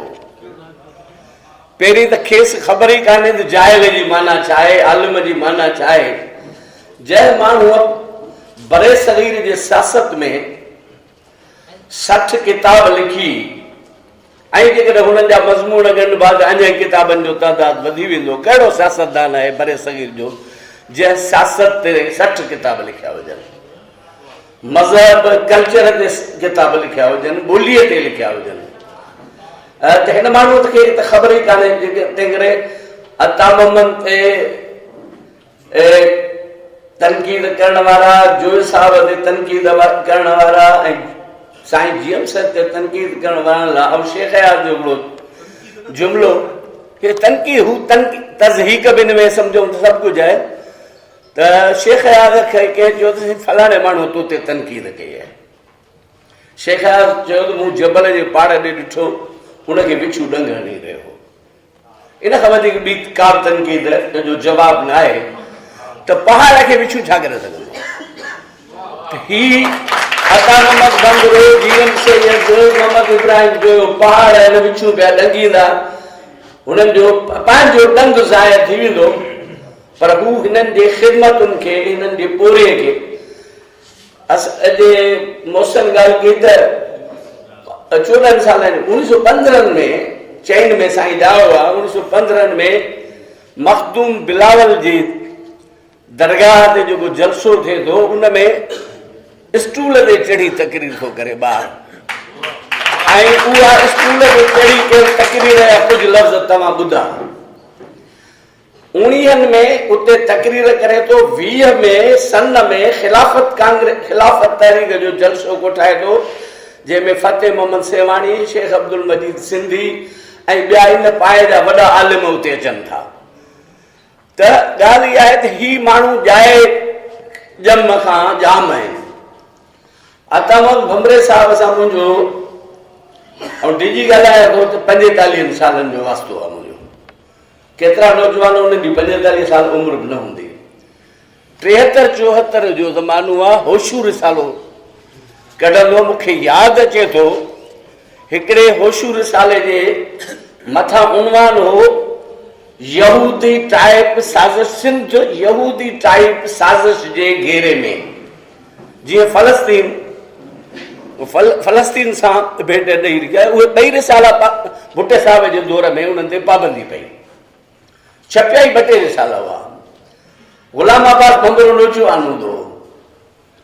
ऐं मूंखे ख़ुशनसीब आहियां त असांखे हिंगोरजन में जेका साईं जीएम सैद जी पहिरीं 73 में सालगिरह थी, उन में बि मां जिते साईं अता मोहम्मद भमरो मौजूदु हो, ऐं साईं अता मोहम्मद भमरे सां उन वक़्त खां जो ताल्लुक जुड़ियो, आख़िर ताईं न टुटो।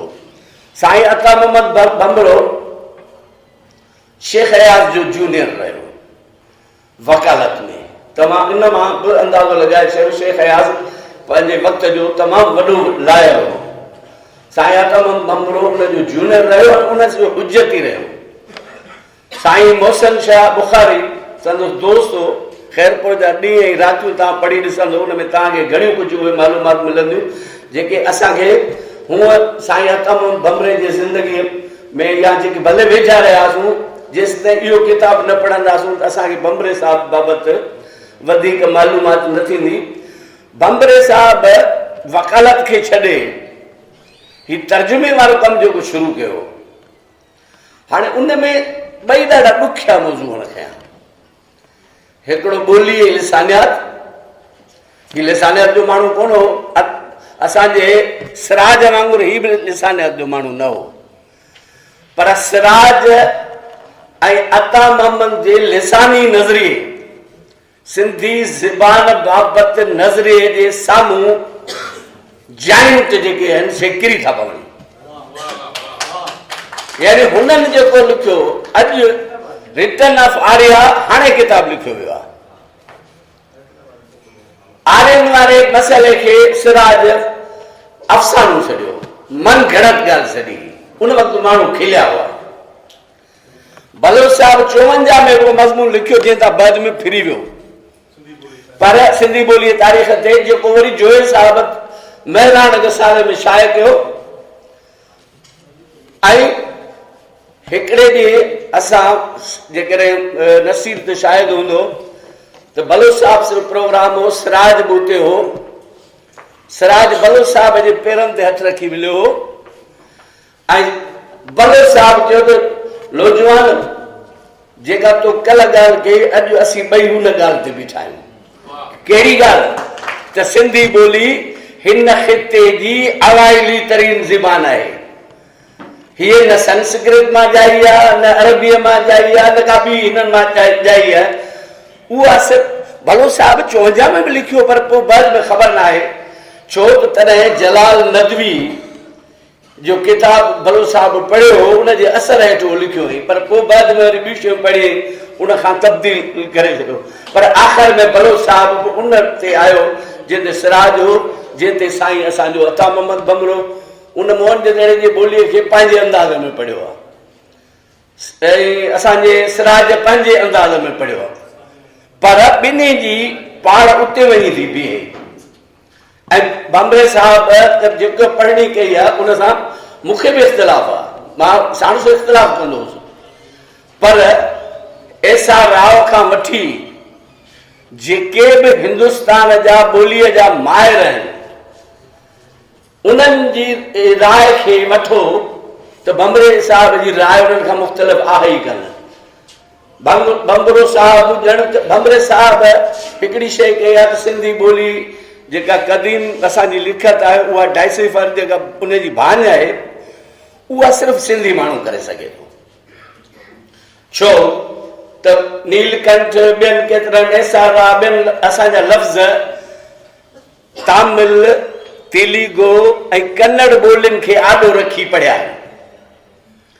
हाणे इहे ॿोलियूं असांजे ॿोलीअ जे वेझो रहियूं आहिनि उन में, पर हाणे मिसाल लफ़्ज़ आहे कवाठी या कावाठी, हाणे हुननि लिखियो आहे कावाटी, लॻभॻि वेझो आया आहिनि। पेणती, फणी, हाणे मिसाल मुकुत, मोती, खोड़ अहिड़ा लफ़्ज़ आहिनि जेके उन्हनि जेके पढ़िया आहिनि। सो मिसाल पन, उनजो जमा हुननि पढ़ियो आहे पन्ना। हाणे सिंधीअ में जेको सिंधी माहिर जेको हुन सां गॾु विया त पन उनजो पन न करे आहे, ज़बर खे हू अलॻि करे विया, छाकाणि उन्हनि ते मयार न आहे त माना हू लॻभॻि वेझा पहुता। उन्हनि सां गॾु जेकॾहिं ॿोलीअ जो सिंधी ॿोलीअ जो ॼाणू विहंदो त उहा सही भाञ करे सघंदो। त भंबरे साहिब जो किताब इंडस स्क्रिप्ट एंटीक्विटीज़ डिपार्टमेंट छपे थो, यानी हमीद आखूंद जो ॾुखियो माण्हू आहे जेको कंहिं माण्हूअ जो किताब छापण खां अॻे बम्बरे साहिब जो किताब हमीद आखूंद छपरायो आहे। न ॿियो हू जेको छपरायो आहे सिंधू लिखंदी भाउ उहो बि अंग्रेज़ीअ में आहे। मुंहिंजो किताब हिते ई अथार्टी में पियो असांजो मेमुण साहिब वटि पियो आहे, पर उहो पोइ या त हू जेको गुलाम मुस्तफ़ा शाह हथ करे आयो उहो किताब आहे। बहरहाल मूंखे मां भुलिजणु थो, हिकिड़ो त हुननि छपियो आहे, बहरहाल हिकिड़ो एंटीक्विटी डिपार्टमेंट बि छपियो आहे। त इहे किताब जेके आहिनि ॾाढा ॾुखिया किताब आहिनि। बम्बरे साहिब यानी त उहे लेंस आॾो रखी, उपटियल बिलोर साम्हूं रखी, अखर हेॾा वॾा कराए ऐं पोइ तर्जुमा कया आहिनि। हाणे असां इनक पाइण खां पोइ बि कावश अख़बार नथा पढ़ी सघूं, माना वॾे ज़ोर सां था पढ़ूं। साईंअ खे तव्हां अंदाज़ो लॻायो त शीशो सॼो वक़्तु रखियो वेठो आहे हिकिड़े हिकिड़े पेज ते, पोइ वरी तर्जुमो। साईं चवंदो भाऊ मां हिकिड़ो भेरो तर्जुमो करे सघां थो, उनखे वरी मां मूंखे भेरे ॾियण जी ताक़त न आहे। केर बि हिनखे एडिट करे मुंहिंजी इजाज़त आहे, पर सही एडिट करे। हाणे मूंखे यादि आहे त वेड़ जो फन जॾहिं साईं तर्जुमो कयो, मूंखे चयो हाणे ॻाल्हि ॿुधो हिते वेह, हाणे इहो किताब वरी मुसीबत खां पोइ मूं एडिट कयो त मां चवां हिकिड़ो किताब मां एडिट करे सघियुसि। सो बम्बरे साहिब जी इहा इजाज़त हूंदी। हाकिम अली शाह खे ॾिनासीं, अलाना साहिब खे ॾिनासीं, हिकिड़ो डॉक्टर फमीदा हुसैन एडिट कयो, हिकिड़ो हाकिम अली शाह अलाना साहिब एडिट कयो जेके शाह थिया। हू चवंदो त मां लिखंदे लिखंदे किथे ॿुड़ियूं विसारे थो वञा, किथे को जुमिले में सूरत ख़तीअ में किथे लफ़्ज़ मूंखां विसरी वञे थो, ऐं हिकिड़ी पढ़णी करे थो सघां ऐं ॿी मूं वटि एतिरो कोन्हे। तव्हां रुॻो किताबनि जी लिस्ट ॾिसो। मां हिते वेठे रुॻो थोरो नोट कया त मूंखे जेके यादि आहे अञा त मूं वटि तमामु घणा साईं जा किताब, सिंधु लिखत जी बान, सिंधु हुनजे किनारे वारा इलाइक़नि जी सासी इक़्तिसादी अहमियत, सिंधु किनारे विसारियल शहर, सिंधुअ जो छोड़ वारो इलाइक़ो, सिंधु जो महराण, सिंधु शींहं दरिया, सिंधुअ जो सफ़र, सिंधु लिखत जो बैन अवी लिखतुनि सां तजियो, सिंध जो सरताज शाह, यानी एस.टी. सोरेले जा 2 किताब म्यूज़ा प्रागंस ऐं शाह बिट 2 तर्जुमो कई। कच्छ काठियावाड़ जा लाॻापा, वेड़ जो फन, सिंधु धर्म, सिकंदर जी का, छटे जा कातिब, अमेरिका जा सिंधी, नस्लनि जो गुण बुनियाद, इंडस स्क्रिप्ट, सिंधुअ जे छोड़ जे इलाइक़े अहिड़े नमूने सां हिंदू जी क़दीम जाग्राफी, छटे जा क़दीम इस्लामी यादगार, सिंध जा क़दीम आसार, सिंध जी आसारनि जी खोटाई। हाणे इन नमूने जा अञा सिंध जे तारीख़, यानी तारीख़ ऐं लिसानियात 2 ॾाढो ॾुखियो सब्जेक्ट आहे। ऐं उन ते ऐं अञा त लिसानियात जा उहे जेके तख़्तियूं जेके मुख़्तलिफ़ मिसाल असांजे पारपोला, आस्को पारपोला ऐं ॿिया जेके फिनलैंड जा माहिर हुआ, उन्हनि जेके तर्जुमा कया आहिनि उन समूरनि खे हिन शख़्स कयो आहे। Tanveer Abbasi Indus script museum क़ाइमु करण जी कोशिशि कई, ख़ैरपुर में न थी सघियो। ऐं हिते पोइ अलाना साहब वरी इंडस स्क्रिप्ट म्यूज़ियम मंज़ूर करायो अथॉरिटीअ में, त जेको कमु थियो आहे उहो असीं हिते गॾु कयूं। डॉक्टर फहमीदा हुसैन कुझु जेको सॼी दुनिया में अलाए केतिरनि माण्हुनि इंडस स्क्रिप्ट ते PhD कयूं आहिनि, उन मां हुन कुझु मज़मून करे 2 किताब हितां अथॉरिटी पारां छपायासीं। जेकॾहिं उहो सॼो ज़ख़ीरो हिते गॾु हुजे ऐं असांजा उहे नौजवान जेके 2 किताब 3 लिखी पाण खे मार पासे ॾिन, उन्हनि खे गोॾा भञी हिते विहारिजे त आउं सम्झां थो त वॾो कमु थी सघे थो त इंडस स्क्रिप्ट जी जेका भाञ आहे। साईं न रुॻो ॿारनि जे अदब ते तमामु वॾो कमु कयो, ॿारनि जी शाइरीअ जा खोड़ किताब तर्जुमा कई। रुॻो असांजे सोहिणी प्रेस वटि बि 20 किताब हुनजा अञा हिते हूंदा जेके साईं तर्जुमो करे ॾेई छॾींदो। ज़फ़र जूणे जे कुझु न कुझु नसरी किताब छपाया, कुझु उतां ॿियनि दोस्तनि खणी छपाया, पर अञा माना हर पब्लिशर वटि, कल्चर डिपार्टमेंट हुजे, लैंग्वेज अथॉरिटी हुजे, अदबी बोर्ड हुजे, तव्हां ॾिसंदो कंहिं वटि 4, कंहिं वटि 5, कंहिं वटि, यानी कमाल हिन माण्हूअ जो आहे। हिन हिकिड़ो लम्हो 86 साल उमिरि आहे, घटि में घटि 86 किताब रुॻो तर्जुमा हूंदा साईं जा, जेकॾहिं असीं ॻणींदासीं त। ऐं ही माण्हू पंहिंजे नुक़्ते नज़र ते ऐं नज़रिए ते, हिकिड़ा माण्हू कल्ह बीठा पोइ उथड़ी विया, ही कल्ह जे नुक़्ते नज़र ते बीठो, अॼु बि बीठो रहे। असीं विक्ट्रीअ जूं 2 आङुरियूं खणंदासीं, हू हिकिड़ी आङुर खणंदो, चवंदो मूं में अॼु बि कुवत आहे, ऐं बि ट्रेगर करे अॼु बि दॿाए सघां थो। पुट शहीद थींदो वञे, ऐं ॿुधो चए थो त मां शहीदनि जी तज़ियत न थींदी आहे, मूंखे फ़ख़्रु आहे, मूंखे मुबारक ॾियो, तज़ियत न ॾियो। ऐं इहो छा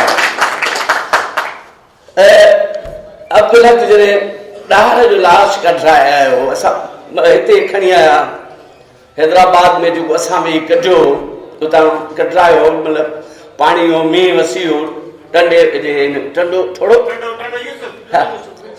टंडे यूसुफ में उतां जंहिं महिल कढायो, छाकाणि त उते ॻरी वियो हो लाश, पर उहो जॾहिं उते पहुतो हो ऐं असां हेॾी गप में जूता हथनि में खणी, टंगूं गप में भिजाए साईं वटि जॾहिं अंदरि वियासीं त असां इहो महसूसु कयो त साईं वटि कुझु न कुझु मायूसी हूंदी, पर हुजे बि मूंसां उज़ुर खाई न कयो, मूंखे मुबारक हूंदो।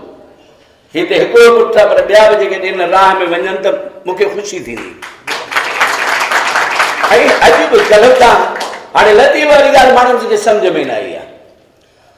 हू चए थो त लतीफ़ खां अॻिते वञो, माना असां वटि जेको थो घरां बिगड़े सो PhD करे थो लतीफ़ ते, पोइ अमर जवी तनक़ीद कई थी भिटाई जे शाइरीअ में पुलाह ठाहिण जा क़िस्म।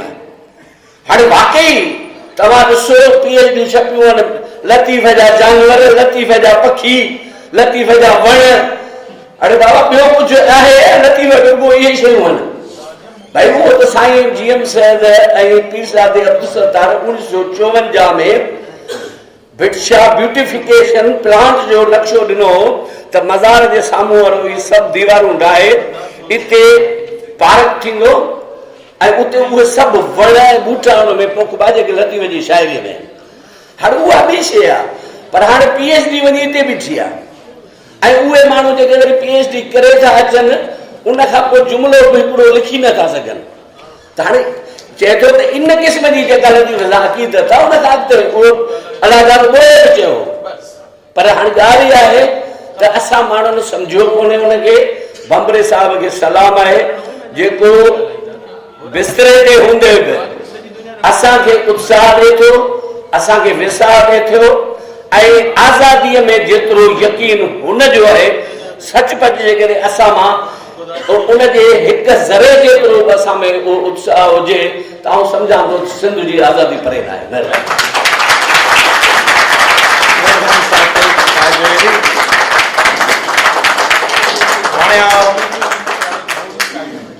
गुज़ारिश कंदुमि ॻाल्हाइण लाइ साईं आगा पीर मोहम्मद कैलाश खे जेको साईं जी ज़िंदगी ते ॻाल्हाए आगा पीर मोहम्मद कैलाश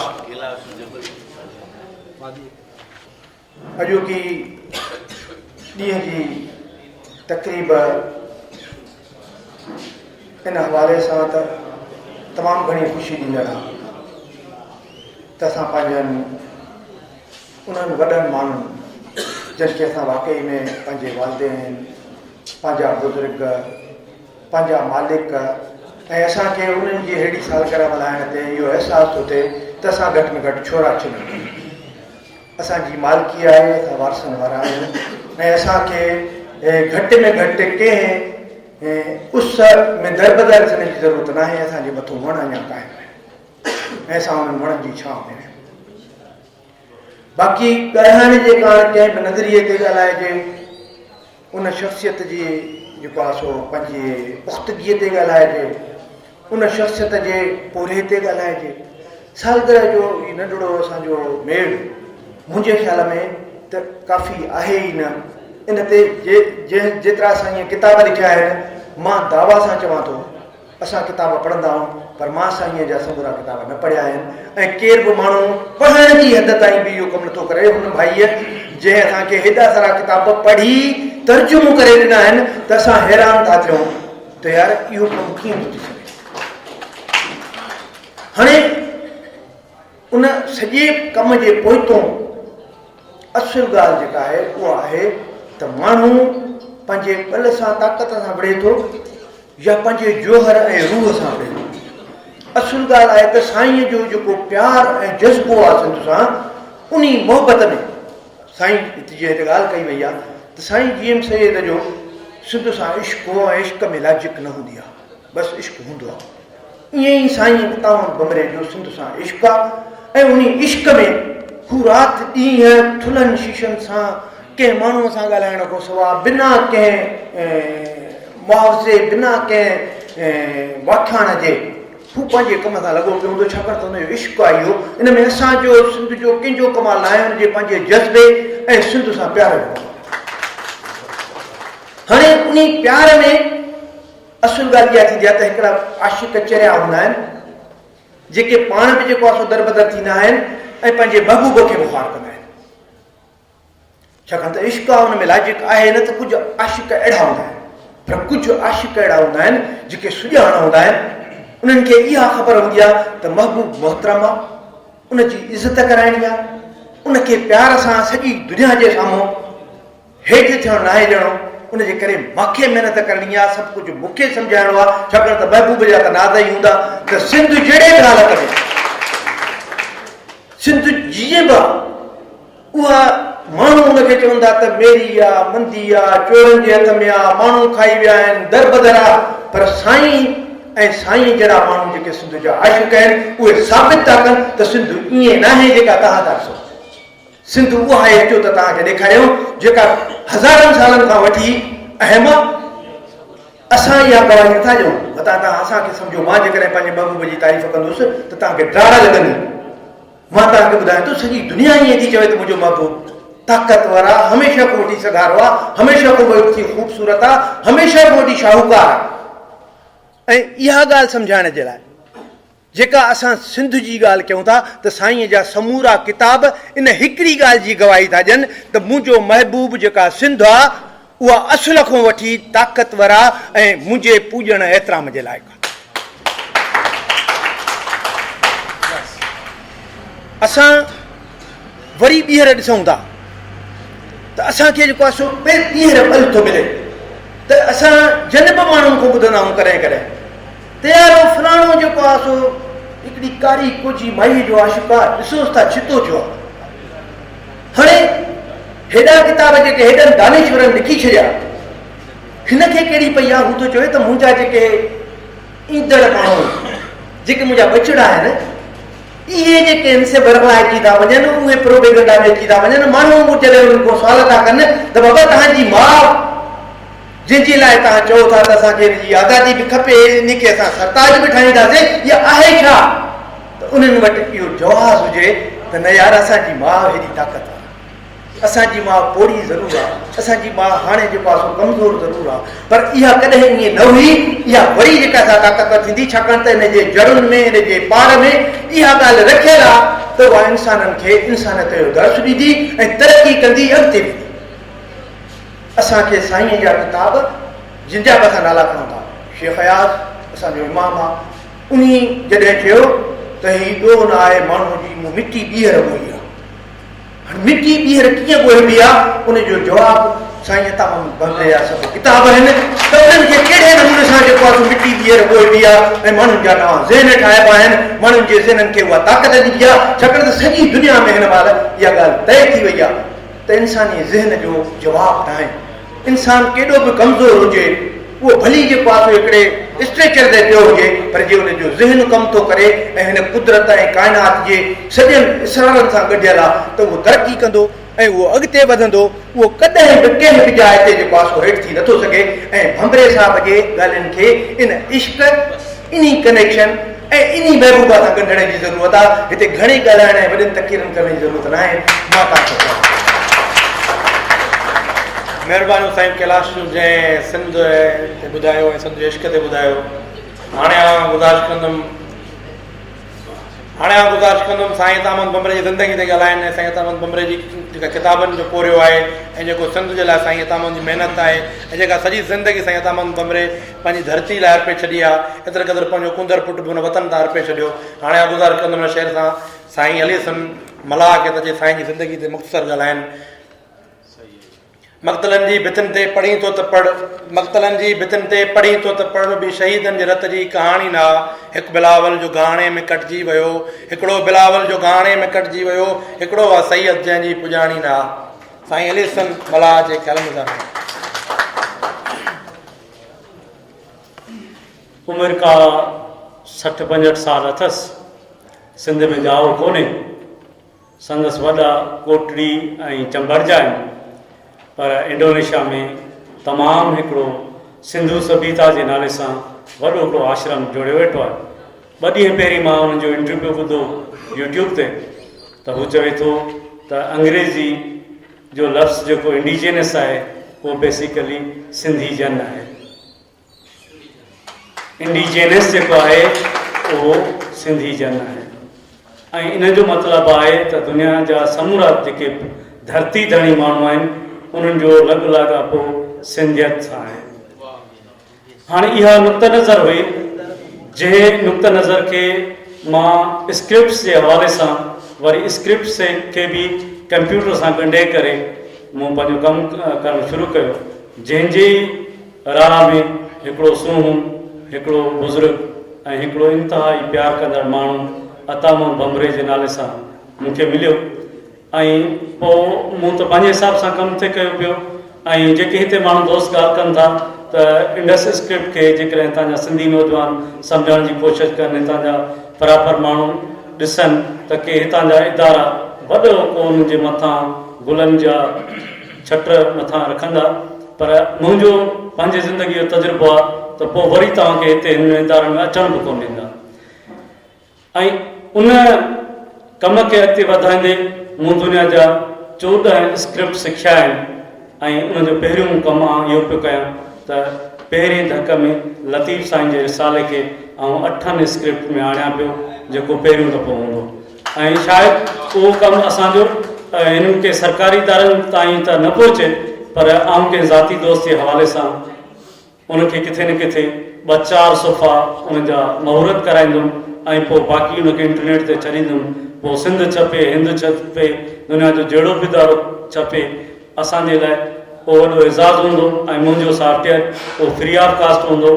जीअं असांजे नौजवान राजासान उमरकोट जो आहे, जंहिं 2000 खां मथे किताब हिकु ऐप में ठाहे ऐं मथे ऑनलाइन कया आहिनि, इंटरनेट जे सूरत में मोबाइल ऐप में ठाहिया आहिनि। पर मूंखे ॿुधायो साईं त सिंध जे कहिड़े सरकारी इदारे कॾहिं कंहिं मथे उनखे स्टेज ते बीहारियो हुजे।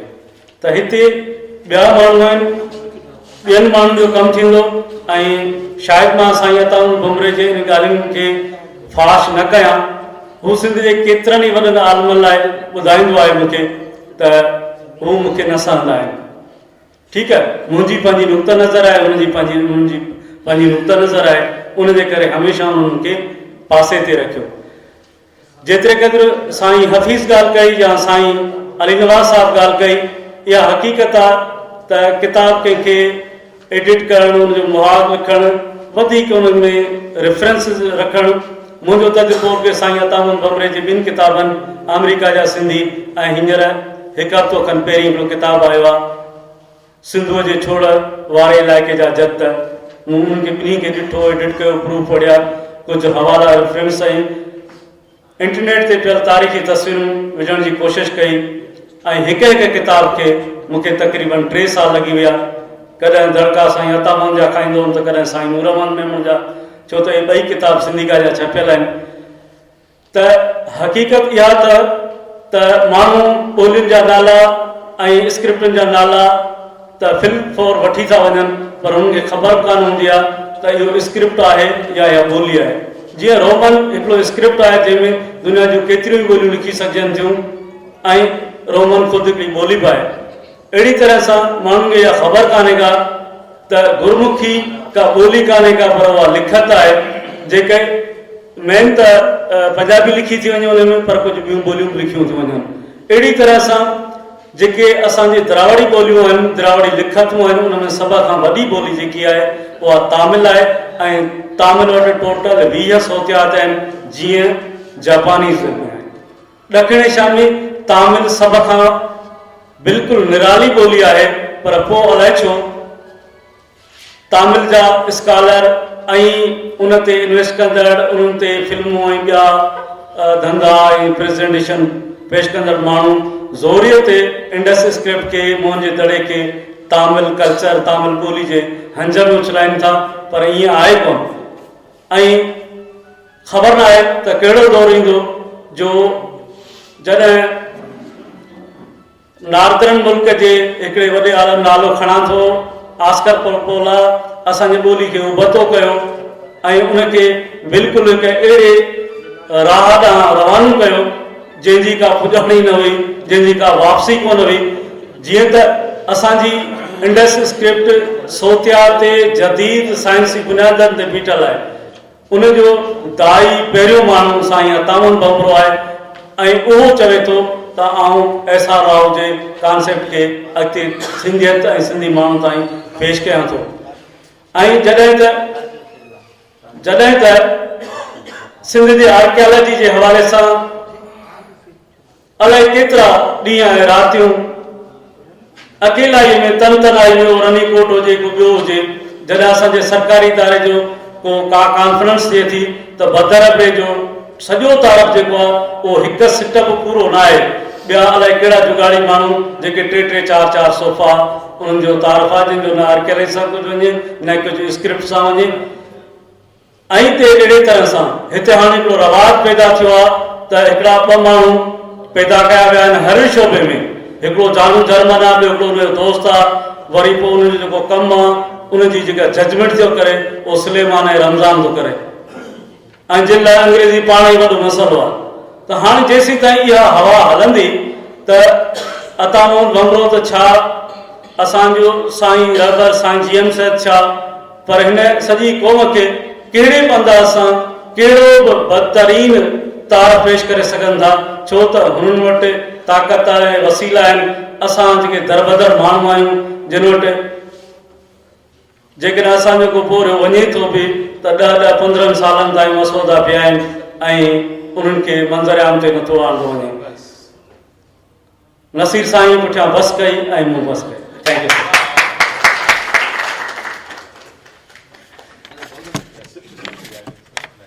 तुंहिंजो शैतान तो पहुंचर ते बदे बंद खुदा मुंहिंजो फिरदोस बयाबान बर थी वेंदो। सिंध सा बिना न जी सघिबो, ए महबूब तो सवा पोइ बि गुज़र थी वेंदो।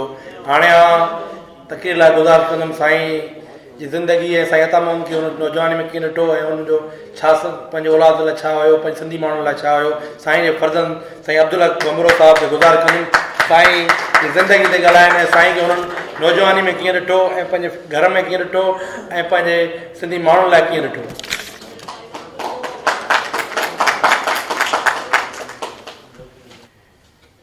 बाबा खे मूं नंढपण खां वठी हिकिड़ो शफ़ीक ऐं सोशल माण्हू, यानी इंसानियत सां मोहबत करण वारो, इहा शइ में ॾिठी। हारी हुजे, नारी हुजे, चाहे उहो मेघवाड़ हुजे, उन सां गॾु पाणी पीबो, उन सां गॾु वेहबो, उन सां पाण सां गॾु खट ते विहारिबो। छाकाणि त हुननि में इहा शइ मज़हब, अॼु कंहिं उन खां पुछियो त तव्हांजो मज़हब छा आहे, हुन हिकु लफ़्ज़ में इहो चयो त मुंहिंजो मज़हब आहे इंसानियत। तव्हां वधीक सम्झो था त जंहिंजो मज़हब इंसानियत हुजे त उहो माण्हू छा हूंदो। ऐं मूं बाबा सां गॾु हर्प बि कयो आहे। असां ॿई जेको आहे हारी बि हुआसीं, हर्प कयोसीं। हिकु ॾींहुं असीं बाबा जी मां जेको आहे सो ज़मीन में पाणी पिया भरायूं त सुबश पली जो फाज़िल राहू, आलम शाह इहे आया ऐं असांजो उस्ताद हुयो, हुन सॾु कयो त बचल तव्हांजा महिमान आया आहिनि। त बाबा कोडर ते रखी आहे ऐं खमीस कुल्हे ते रखी, पुठियूं ॻाढ़ा अची उन्हनि सां मिलियो। त हुननि चयो छा ही अतमन बंबरो आहे जेको हिलाले पाकिस्तान में कुझु खां त काफ़िर लिखे, ही उहो माण्हू आहे। चई ही उहो माण्हू आहे जंहिं हिलाले पाकिस्तान में कालम लिखिया हुया। ऐं ॿियो इहो त बाबा जेको ॻोठ में रहियो, ॻोठ में तइलीम बाबा एतिरी आंदी जो हींअर असांजे ॻोठ में पंहिंजी कम्यूनिटी जेका आहे उहा 100% पढ़ियल आहे। ऐं छोकिरियुनि जी तइलीम एतिरी आहे जो असांजो 20-25 छोकिरियूं जेको आहे विलेज में डॉक्टर ऐं इंजीनियर आहिनि, वकील आहिनि, प्रोफेसर आहिनि, टीचर आहिनि। ऐं छोकिरा उन खां अलावा असां वटि मुक़ाबिलो ॿियो न हूंदो आहे, पैसे गॾु करण जो न हूंदो आहे। बाबा इहो चइबो आहे तव्हां महिनत कयो, पढ़ो, मथे अचो। ऐं असांजे हर फील्ड में जेको आहे उन माण्हू पैदा कया आहिनि, के डॉक्टर आहिनि, इंजीनियर आहिनि, वकील आहिनि, पुलिसमैन आहिनि, जज आहिनि, सभु पैदावार जेको आहे बाबा जी आहे। ऐं उन खां पोइ वरी जॾहिं मुंहिंजे जॉब जे करे हैदराबाद में आयासीं त बाबा त उते बि बाबा जेको आहे किताब लिखणु शुरू कया। होशू पब्लिकेशन जेको तव्हां सभु ॿुधायो पिए, त उते मसइलो इहो थियो त बाबा तव्हां लिखी ॾियो त तव्हां अॻिते अहिड़ो किताब न लिखंदो। बाबा जवाबु छा ॾिनो, चई जेकॾहिं माफ़ीअ लाइ लिखां त पोइ इहो किताब छपिया ई न, माफ़ी वठणी कोन्हे का। जे माफ़ी वठां त उहे किताब ई न लिखां, छो त किताब जो उनवान जेको आहे जेको साईं ॿुधायो, पर उन में सिंध जो नक्शो आहे। उन सिंध जे नक्शे ते हिकिड़ो सिंधी माण्हू आहे, उन हथ में कुहाड़ी आहे, उनखे पटको, टोपी आहे, अजरक कीअं विढ़ियल आहे, पर हुनजा वर मथे खियल आहिनि। ऐं हिकिड़ो गैर सिंधी आहे, उनजो हिकिड़ो पेर सिंध खां ॿाहिरि आहे, ॿियो जेको सिंध में आहे। ऐं जेको गैर सिंधी आहे उहो हीअं हथु कहीं थो अचे, पर हेठां लिखियलु आहे मुंहिंजे धरतीअ जो गुनाहगार न बख़्शियो वेंदो, को बि गासिब, को बि गदार न बख़्शियो वेंदो। ऐं उन ते जेको आहे सो DPR थिए, उन ते जेको आहे सो एक्शन थियो, जंहिं ते बाबा खे जेको आहे सो डेली जेको पुलिस ईंदी। ऐं पोइ बि बाबा जेको आहे सो ॻोठां घरां मोकिलाए निकितो आहे। ऐं मां रोआं पियो त शेख आज़ाद साहिबु वियो, शेख आज़ाद चयसि जेकॾहिं तो पेशी ॾिनी त पोइ सॼी ज़िंदगी तूं मतिलबु जेको जेलनि में हुते ॿाहिरि न निकिरंदे। इन करे जेकॾहिं तोखे कमु करिणो आहे लिखिणो आहे त साहित्य हलियो आहे। इहा शइ मूं नंढपण में बाक़ी ॾिठी। जॾहिं असीं हिते आयासीं त उनजो लिखण जो अंदाज़ ई ॿियो आहे। को वक़्तु कोन्हे मुक़ररु जेको 17-18 सालनि में तव्हांखे 400 खां वधीक किताब ॾिए त उहो ईअं त कोन लिखंदो। जंहिं वक़्तु मां ॾिसां पियो त बाबा जेको आहे 3 बजे मां जेकॾहिं हेठि लहां थो ॾिसां थो बाबा लिखे थो वेठो।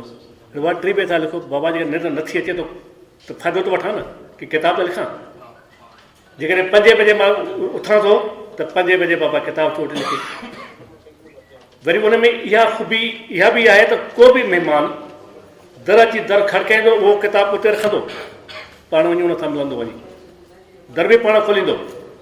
ईअं बि न आहे त जीअं अॼु जा अदीब आहिनि मूं ॾिठो आहे ऐं काफ़ियुनि सां मां मिलियो आहे, नाला नथो खणां, वरी बाबा तव्हां उन खां वक़्तु वरितो आहे, से वक़्तु कोन वरितो आहे, बाबा वक़्तु वठो पोइ तव्हां अचिजो। हीअ बग़ैर वक़्त जे जंहिं वक़्तु तव्हां वञो तव्हां सम्झो, चाहे उहो नंढो ॿारु हुजे या वॾो हुजे। उन वटि उमिरि जो केरु कोन हो। हिकु ॾींहुं मां ऑफिस खां वियुसि त सभु 12-13 सालनि जा जेका जेके छोकिरा उहे वेठा आहिनि। मूंखे चई बाबा पुटु ॻाल्हि ॿुध। जी बाबा। चई अॼु मुंहिंजा स्पेशल महिमान आया आहिनि, अॼु मुंहिंजा स्पेशल महिमान आया आहिनि, जेतिरी ख़िदमत वणे थी करे। ऐं असां माण्हू ॿार खां वठी हीअं फिरी कंदासीं हल बाबा। इहा शइ हुन वटि कोन्हे का, हुन वटि मोहबत ऐं इंसानियत।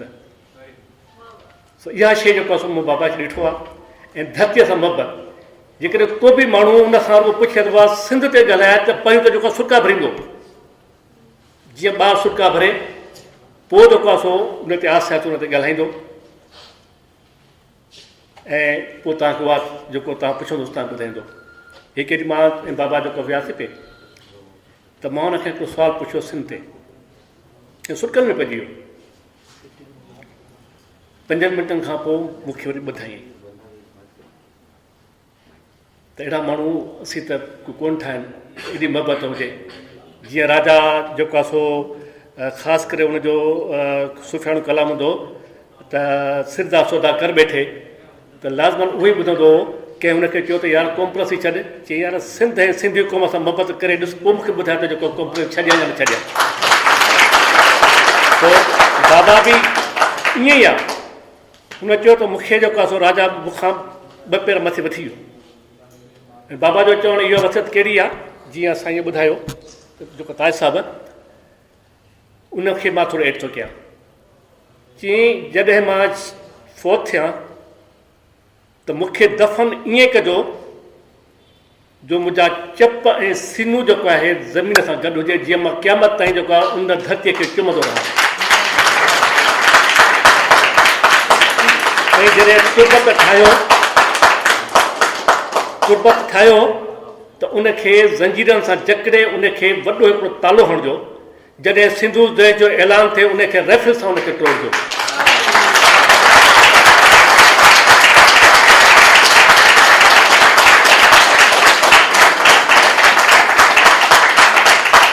असीं त बाबा खे सिंध सां मोहबत कंदे ॾिठो आहे ऐं करे पियो। जेको बि अचे थो पुछण जे लाइ त उनखे पहिरियों इहो थो चइबो आहे सिंध लाइ कमु कयो, सिंध लाइ उथो। महिरबानी साईं।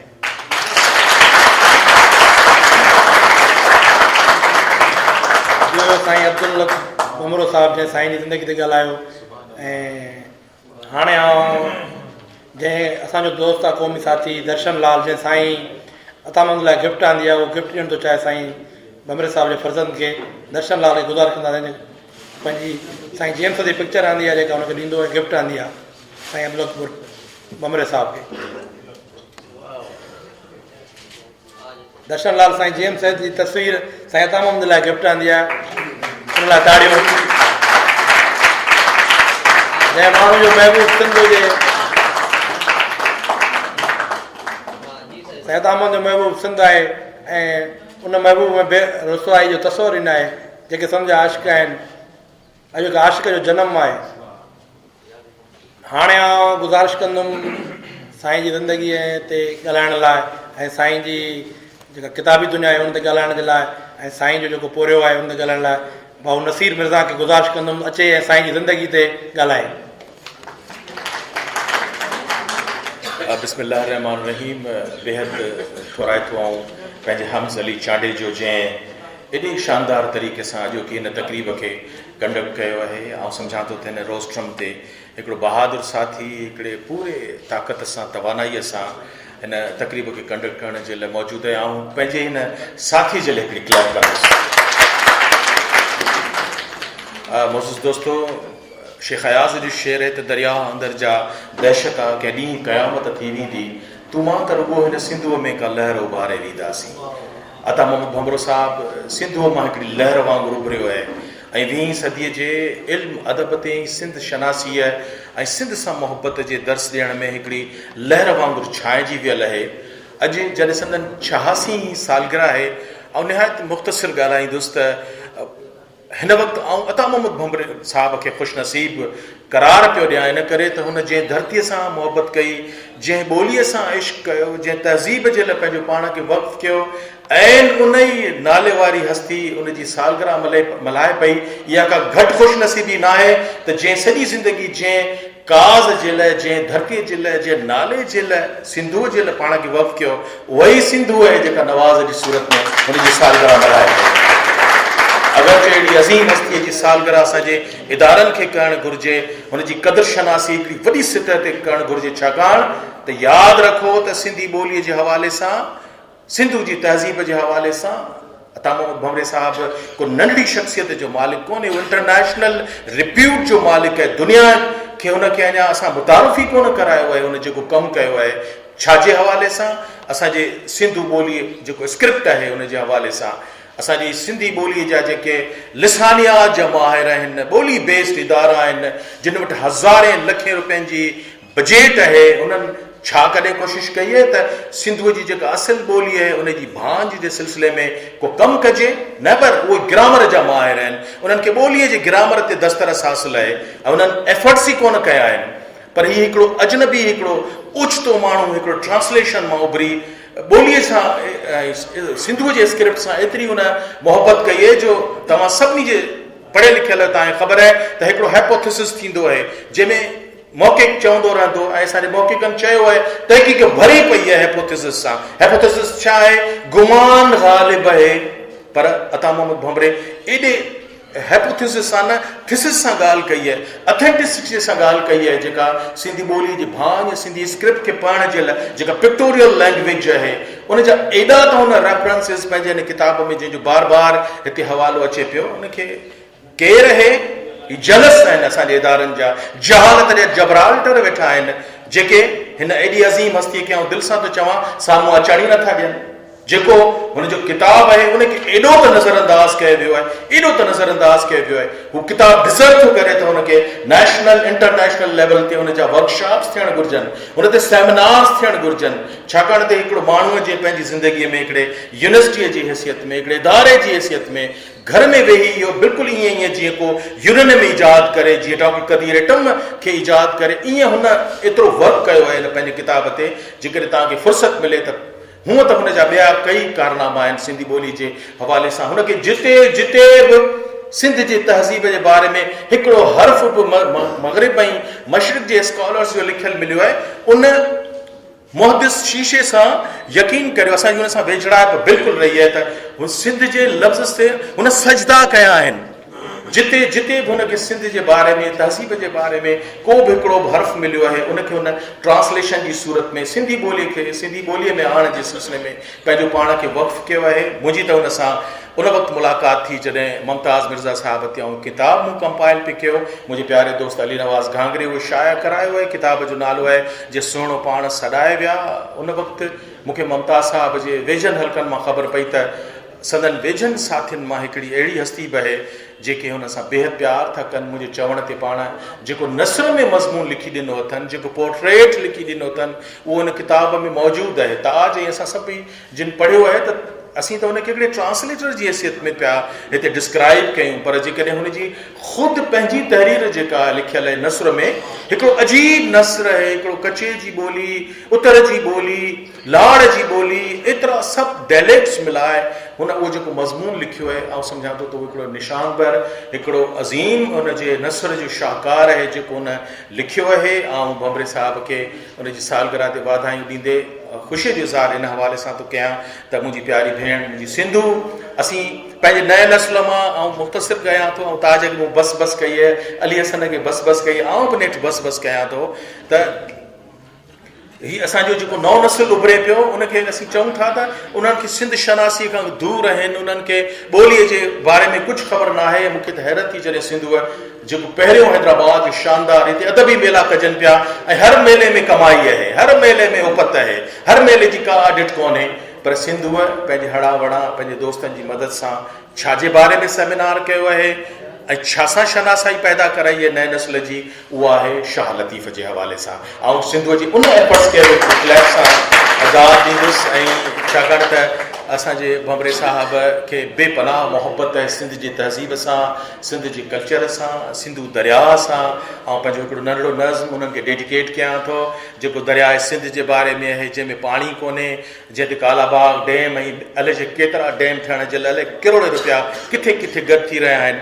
ऐं हीउ सम्झो त नज़्म जहिड़ो कर उनखे ई अता मां बम्बरे साहिब खे डेडिकेट कयां थो त मूं पे चयो न घुरिजे न घुरिजे न सपनो न गुल न मोलियो न मोले ल मोती अमुल फ़क़ति जल सजल को अमर जल सिंधूअ में पाणी इहा ई कहाणी त मूं पे चयो न घुरिजे असांखे न सपनो न गुल न मोलियो न मोले ल मोती अमुल फ़क़ति जल सजल को अमर जल सिंधूअ में पाणी इहा ई कहाणी सितारा सितारा अड़ियो सितारा असांजे नसीबनि जे नीरे उफ़क़ ते न तूं चमकंदे छा कबूतर कबूतर अड़ियो कबूतर मदीने जा प्यारा कबूतर परनि में लिकाए सगोरे नबीअ खे असांजो सनीहो न पहुचाईंदे छा त सिंधड़ीअ जो शहबाज़ बिट जो बिटाई सन जो सनाई ख़ुदा जी ख़ुदाई न तोखां घुरनि था फ़क़ति पंहिंजे दरिया में पाणी इहा ई कहाणी इहा ई कहाणी। इहो हुयो साईं नसीर मिर्ज़ा जंहिं पंहिंजे लफ़्ज़ जादूगरी में तव्हां साईं ताम बम्बरे जी ज़िंदगी ते ॻाल्हायो। हाणे आउं गुज़ारिश कंदुमि हिकु साईं जी ज़िंदगी ते ॻाल्हाईंदी अदी शबनम गुल खे गुज़ारिश कंदुमि साईं जी ज़िंदगी ते ॻाल्हाए। सची ॻाल्हि कई मोहसिन जो आहे त सभु अमल था पिया आहिनि ऐं चुप करे वेठा आहिनि, अॼु ख़ुशी जो ॾींहुं आहे, पर हक़ीक़त आहे त असांजे वरी ज़हन में संदन बीमारी बि फिरे पई। कुझु ॾींहं अॻु ई मां वई हुअमि मिलणु, तबियत ठीकु न हुई ऐं यादाश्त ते बि असरु पियो लॻो, पर हिकु ॻाल्हि कयूं त दुआ कयो मां ख़ुशि थियां, मां ठीकु थियां, जीअं मां कलम हथ में खणां। त उहो हिकिड़ो जज़्बो जेको मूंखे हुन नज़र आयो। अॼु चाहासीं सालगिरह सदन सां मल्हायूं पिया, कुझु नसीब आहियूं ऐं तमामु बम्बरे साहिब खे दिलि जी गहराइयुनि सां मुबारकबाद ऐं सॼी सिंध खे दिलि जी गहराइयुनि सां मुबारकबाद मां पेश कयां थी। ऐं मुंहिंजो साणस वास्तो घणो पुराणो आहे। जीअं सिंध जी मिटी ख़ालिस मिटी मूंखे पाण ॾांहुं छिकींदी आहे, ईअं सिंध जो सचो खरो ऐं ख़ालिस माण्हू बि मूंखे पाण ॾांहुं छिकींदो आहे। ऐं बिल्कुलु इन में को बदलाव कोन्हे त संदसि कलमी बोरियो, संदसि फ़िकिर ॾाह तज़ियाती सोच, तज़ियाती लिखणियूं यकीनी तौर ते अॼु जो सिंध जो नौजवान जेको अॼु असांखे एॾो मुतहरिक नज़र अचे थो, उन ई रोशनीअ जो तसलसल आहे। उहा ई रोशनी अता मोहम्मद बम्बरे जी फन फ़िकिर सानिह सुञाणप बर्दाश्त मोहबत ऐं सिंध सां सचाई जी रोशनी उहा मूंखे बि पंहिंजे अंदरि में महसूसु थी रही आहे। असां ॻाल्हियूं तमामु घणियूं कंदा आहियूं, असां ॻाल्हियुनि जा बादशाह आहियूं ऐं कंहिं इहा ॻाल्हि कई त ॻाल्हियुनि जा बादशाह वरी अमली तौर ते फ़क़ीर थींदा आहिनि। अता बम्बरे सां ॻाल्हाईंदे मूंखे हींअर हिते वेठे मां सोचियुमि पए ऐं ज़ाहिर आहे उन सां जेकी मुख़्तलिफ़ मुलाक़ातूं थियूं मूंखे यादि पिया आहियूं ऐं संदसि दुख, संदसि ख़ुशी, संदसि खिल सभु मूंखे यादि पिया आहियूं। हिन माण्हूअ जी ख़ासि ॻाल्हि जेका सदाईं संदसि चहिरे ते मुल्क सदाईं खिलंदो, सदाईं साराहींदो, सदाईं मोहबतूं वंडींदो। इहे फलाई रवैया आहिनि। मुरकण जो मतिलबु आहे उत्साह बढ़ाइणु, ऐं साराहण जो मतिलबु आहे पाण खे पोइते करे ॿिए खे मञताइणु। वॾी हिकु ॻाल्हि आहे। इहा ॻाल्हि मां इब्राहिम जोए साहिब खे ॾिठी। मां इब्राहिम जोए साहिब खे वेंदी हुयसि, ऐं भले हू कुझु बि न चवे, पर हिननि में जेका सिंध जे धरतीअ जी जेका ताक़त आहे, मस्बत जेका तवानाई संदन वजूद में, भले कुझु बि न चवनि, तव्हां वञी 2 मिंट वेहो, तव्हां जॾहिं ॿाहिरि ईंदव त पाण खे ॾाढा ताक़तवर महसूसु कंदव, पाण खे ॾाढा मज़बूत महसूसु कंदव, रूहानी तौर ते पाण खे ॾाढा फ़ाल महसूसु कंदव। ख़बर न आहे तव्हांजा इहे तजुर्बा हुजनि या न हुजनि, पर 5 सालनि खां जॾहिं बि वई आहियां, अतामोल बम्बरे साहिब खे शायदि ख़बर न हुजे त मां खायसि केॾी वॾी रोशनी वठी वापसि वरी आहियां। ॿी ॻाल्हि मां इहा कंदसि त अॼु जी असांजी जेका नौजवान नस्ल आहे उहा असां खां घणी बहितर आहे। ऐं अता मोहम्मद बम्बरे साहिब खे बि मां इहा ॻाल्हि उन्हनि जी शख़्सियत में महसूसु कई। इहा ॻाल्हि मूं इब्राहिम जोए साहिब जी तबियत में महसूसु कई, ऐं उन्हनि खां मां इहा ॻाल्हि सिखी बि त पंहिंजी नौजवान नस्ल खे मोहबत ॾिजे, हुननि खे तमामु घणो साराहिजे, छो त हीअ जेका नस्ल आहे असां मां कोई बनावटी न आहे। हीअ नस्ल तमामु घणी सची आहे, ऐं इहा नस्ल अता मोहम्मद बम्बरे जी उन ई रोशनीअ जो तसलसल आहे त हुन जेका ॻाल्हि कई, 2 क़िस्मनि जी आज़ादी थिए थी। हिकु त तिबी आज़ादी, हिकु उहा आज़ादी जंहिंखां असां वाक़िफ़ न आहियूं, जंहिंजो ज़िक्र अता मोहम्मद बम्बरो साहिबु कंदो रहियो आहे। पंहिंजे ज़हन जी ॿियाईअ खां आज़ादी हासिलु करणु, पंहिंजे ज़हन जी ग़फ़लत खां आज़ादी हासिलु करणु, पंहिंजे ज़हन जी नफ़रत खां आज़ादी हासिलु करणु। असां पाण खे ज़रूरु अॼु सोचियूं, सवाल कयूं ऐं ॾिसूं त असां जेका तिबी आज़ादी हासिलु करण जी ॻाल्हि कयूं पिया, ज़हनी तौर ते केतिरा ग़फ़लत खां सुजाॻ आहियूं, असां पंहिंजी ॿियाईअ सां केतिरो विढ़ण जी सघ रखी सघिया आहियूं, असां छा सिंध जी धरतीअ सां प्रीत जो वचन निभाए सघिया आहियूं, जंहिं माण्हूअ जी ज़िक्र करण जे लाइ अॼु हिते गॾु थिया आहियूं। त यकीनी तौर ते ही माण्हू अडोल आहे, पंहिंजे सोचुनि में हिन दुनिया ॾांहुं दर खोलियो आहे। तर्जुमा आसान न आहिनि, तर्जुमो ॾाढो ॾुखियो कमु आहे। हिन अॼु जे नौजवान खे जॾहिं खां तर्जुमा कया आहिनि, जंहिं बि तर्जुमा कया आहिनि, उन अॼु जे नौजवान खे हिकु दरी खोले ॾिनी आहे, पूरे काइनाती शऊर सां जोड़ण जो हिकु मौक़ो फ़राहम कयो आहे। त ही अज़ीम आहिनि ऐं सादा आहिनि, सचा आहिनि। सची ॻाल्हि इहा आहे त मां अॼु अता मोहम्मद बम्बरो साहिब जे लाइ जॾहिं मां सोचां पई त मूंखे भॻु टोड़ो जा अज़ीम क़दीम पहाड़ पे यादि आया, मूंखे मकलीअ जी मिठी जी छिक पे यादि आई, मूंखे उन सिंधूअ जो लहरो पे यादि आयूं। जॾहिं ऑफिस मां थकिजी मां अक्सर वेंदी आहियां सिंधूअ खे सलाम करणु, ॾिसंदी आहियां त वारी पई उॾाम में ऐं सिज बि पूरे तरीक़े सां लहरुनि में लहणु ॿुॾण जहिड़ो महसूसु न थींदो आहे, शायदि एतिरो पाणी न आहे। मूंखे उन सिंधूअ जो लहरूं पे यादि आयूं ऐं दुआ आहे त अता मोहम्मद बम्बरो सां वॾी ॼमा रमाणे ऐं असां सभु जेके अॼु वॾियूं वॾियूं दावाऊं पिया कयूं, वॾियूं वॾियूं ॻाल्हियूं पिया कयूं, असां खेसि यादि न कयो, यादि बि कयो त उन नई नस्ल जी उन रोशनीअ यादि कयो, सिंधूअ खेसि यादि कयो ऐं असां हुन सां गॾिजी बीठासीं। मूंखे नौजवान मां उमेदु आहे, पर शायदि मूंखे पंहिंजे टहीअ मां एॾी वॾी उमेदु न आहे जेतिरी मूंखे नौजवान मां आहे। महिरबानी। या यदि शबनम गुल जन सां सहकार बि कयो प्रोग्राम में।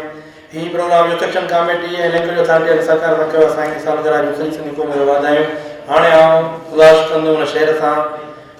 जॾहिं नौजवान पेर कॉलेज में पाए संदसि माउ पीरनि ते बासूं विराए, ही कॉलेज वरस चूं वॾा कोसगर आहिनि ऐं धारियुनि जतन ते वॾा डमर आहिनि। कॾहिं चोर ठाहे कॾहिं डाकू ठाहे, कॾहिं चोर ठाहे कॾहिं डाकू ठाहे, दुश्मन असांजा पयो घर जलाए सो बणिजी विया हुई हॉस्टल जेल खाना सो बणिजी विया हुई हॉस्टल जेल खाना ऐं सीननि ते धारिया पका कनि निशाना ही पंहिंजनि जा लोधल इदारनि जा बचल ही जाहिल वॾेरा पीर बुलियल ही पंहिंजनि जा लोधल इदारनि जा बचल ही जाहिल वॾेरा पीर बुलियल ॾिठे ॾींहं पंहिंजनि जूं चूड़ियूं जे लाहिनि चवनि पिया त शागिर्द धाड़ियल आहिनि चवनि पिया त शागिर्द धाड़ियल आहिनि चयुमि ईअं छो आहे भला शाह भिटाई चयुमि ईअं छो आहे भला शाह भिटाई त कुझु लुड़क वाहे चयईं इहो त दुनिया जो दस्तूर बाग़ी इहो ई त दुनिया जो दस्तूर बाग़ी हाणे त खां घुराईंदुमि साईं अदल सुमरे खे त साईं जी ज़िंदगी ते अचे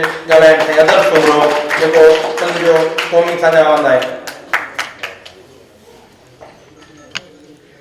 आरिफ़ ऐं उशाक पसण घुरनि प्रिय जो आरिफ़ ऐं उशाक पसण घुरनि प्रिय जो जन्नत जा मुश्ताक अञा ओराहा थिया अॼु असां हिकु आशिक़ जी सालगिरह जे सिलसिले में गॾु थिया आहियूं ऐं उहो आशिक़ आहे सिंध जो आशिक़ आहे जेकॾहिं देश भॻतीअ जो मिसाल पेश कजे त बसि देश भॻत कीअं हूंदो आहे त उहो साईं अतामल भंगरो आहे अतामल भंगरो जंहिंजो धर्म बि सिंध जंहिंजी सियासत बि सिंध जंहिंजो नज़रियो बि सिंध जंहिंजो आदर्श बि सिंध त इश्क बि सिंध सिंध जी मिटीअ जो इंसानु आहे हुनजो महवर मर्कज़ सॼी जेका आहे असांजी लाइफ सम्झो त सिंध खे ई अटकियल आहे ऐं नौजवान दोस्तनि खे जज़्बो आहे सिंधू नवाज़ कांगरो हमज़ली चाढ़ियो जो सारंग जोयो ऐं ॿिया हुनजा जेके साथी आहिनि उन मेड़ा कोठायो आहे मुंहिंजी बि ख़ुशनसीबी आहे जो मां जॾहिं 12वीं क्लास में पढ़ंदो हुउसि सखर में त उन ज़माने में 73 जो ज़मानो उन्हनि साईं सां मुलाक़ात थी हुई उते ई जेको जंहिं रिसाले जो ज़िक्र थियो मशहूरु रिसालो उते हमदर्द प्रेस असांजे पाड़े में हुई जिते बशीर हूंदो हुयो पीरज़ादो ऐं हुनजो वालिद हुनजी इहा प्रेस खुलियल हुई ऐं न सिर्फ़ु इन रिसाले में जॾहिं हिन ते बंदिश पई रिसाले ते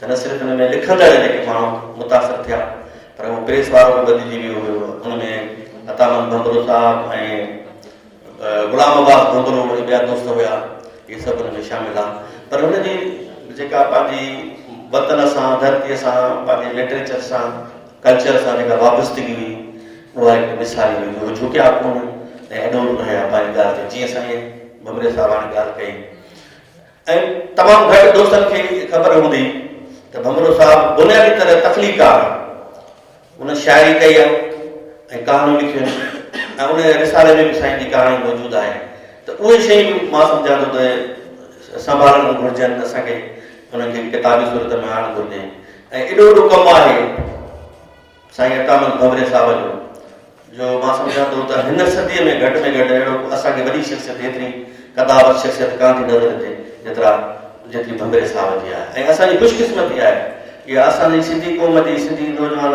जी ख़ुशनसीबी आहे जो असीं भंवरे साहब ॾिसूं था पिया उन सां गॾु मौजूदु आहियूं उन सां कचहरियूं कयूं था इहा हिकिड़ी वॾी ॻाल्हि आहे त हिकिड़ो सचो इंसानु आइडियल इंसानु जी सॼी ज़िंदगी सॼी पंहिंजी जेका ज़िंदगी आहे पंहिंजी ॿोलीअ खे धरतीअ खे हिनखे अर्पे छॾणु छाकाणि त क़ौम जी जेका बका जो वॾो वॾो वसीलो इहो ई आहे ॿोली आर्ट कल्चर इहो ई आहे बका जो ऐं सुञाणप जो निशान बि इहो ई आहे इहा जेकॾहिं कसिजी वञे त असांजी का सुञाणप कान थी रहे इन करे इहो ज़रूरी आहे त पंहिंजी ॿोलीअ जे बचाव जे लाइ कोशिशूं कजनि जेको बि एफर्ट्स आहिनि तख़लीकार लेखक अदीब मौक़ के लिखनि था पिया ऐं असांजो फ़र्ज़ु आहे त असां अमली जदोजहद जे वसीले में उनखे बचायूं पंहिंजे नौजवान नस्ल ॾांहुं इश्क जेको आहे उहो मुंतक़िल कयूं इहे जेके नौजवान वेठा आहिनि सुभाणे सिंध जा इहे ई वारस आहिनि इहे जेका आशिकी आहे सिंध सां वतन सां इन ॾांहुं मुंतक़िल कयूं ऐं उन खां सवाइ उनजो अमली सबूत हुजणु खपे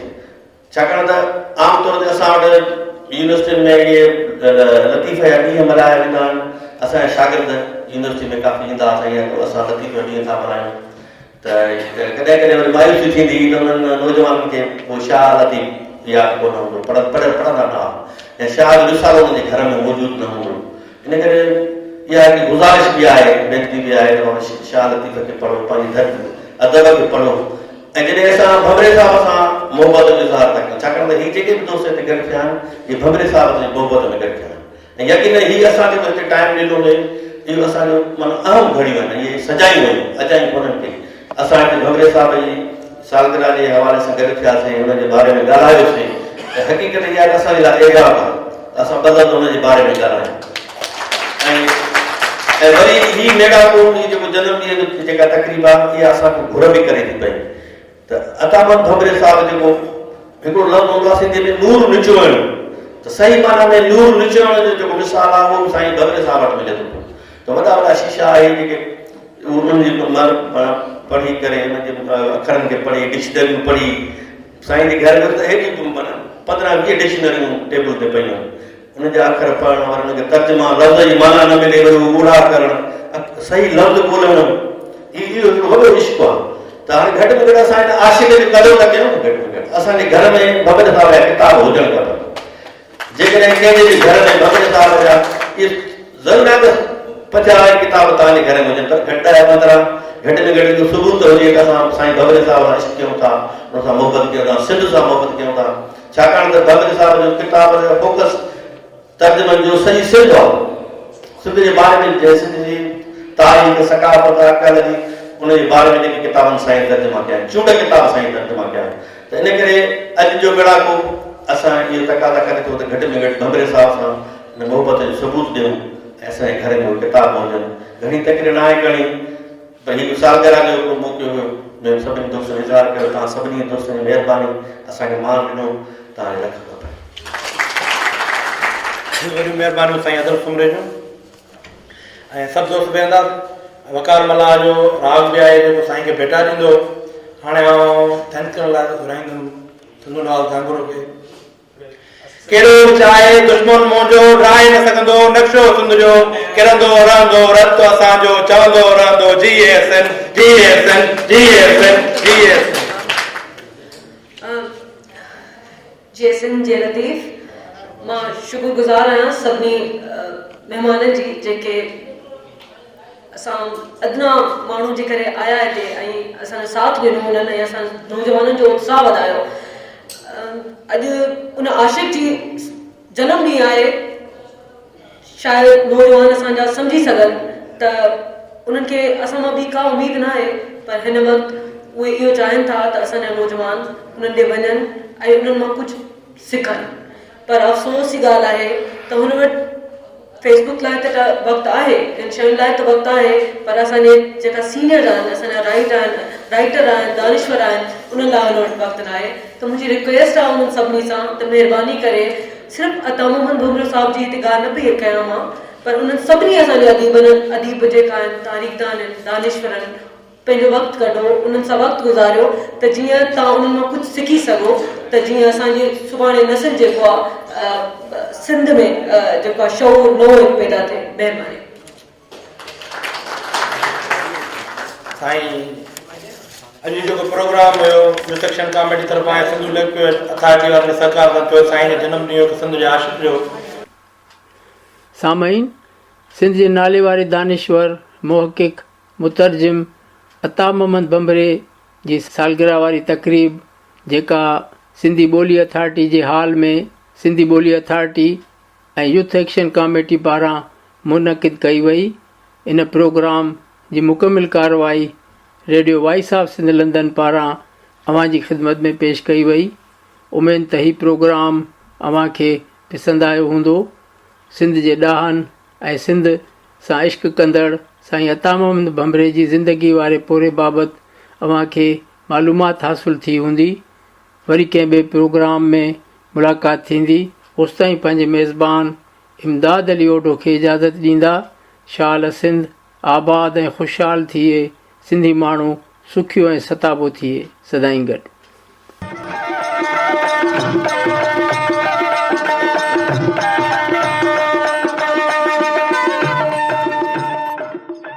अवां जी समातुनि ताईं radio voice of Sindh London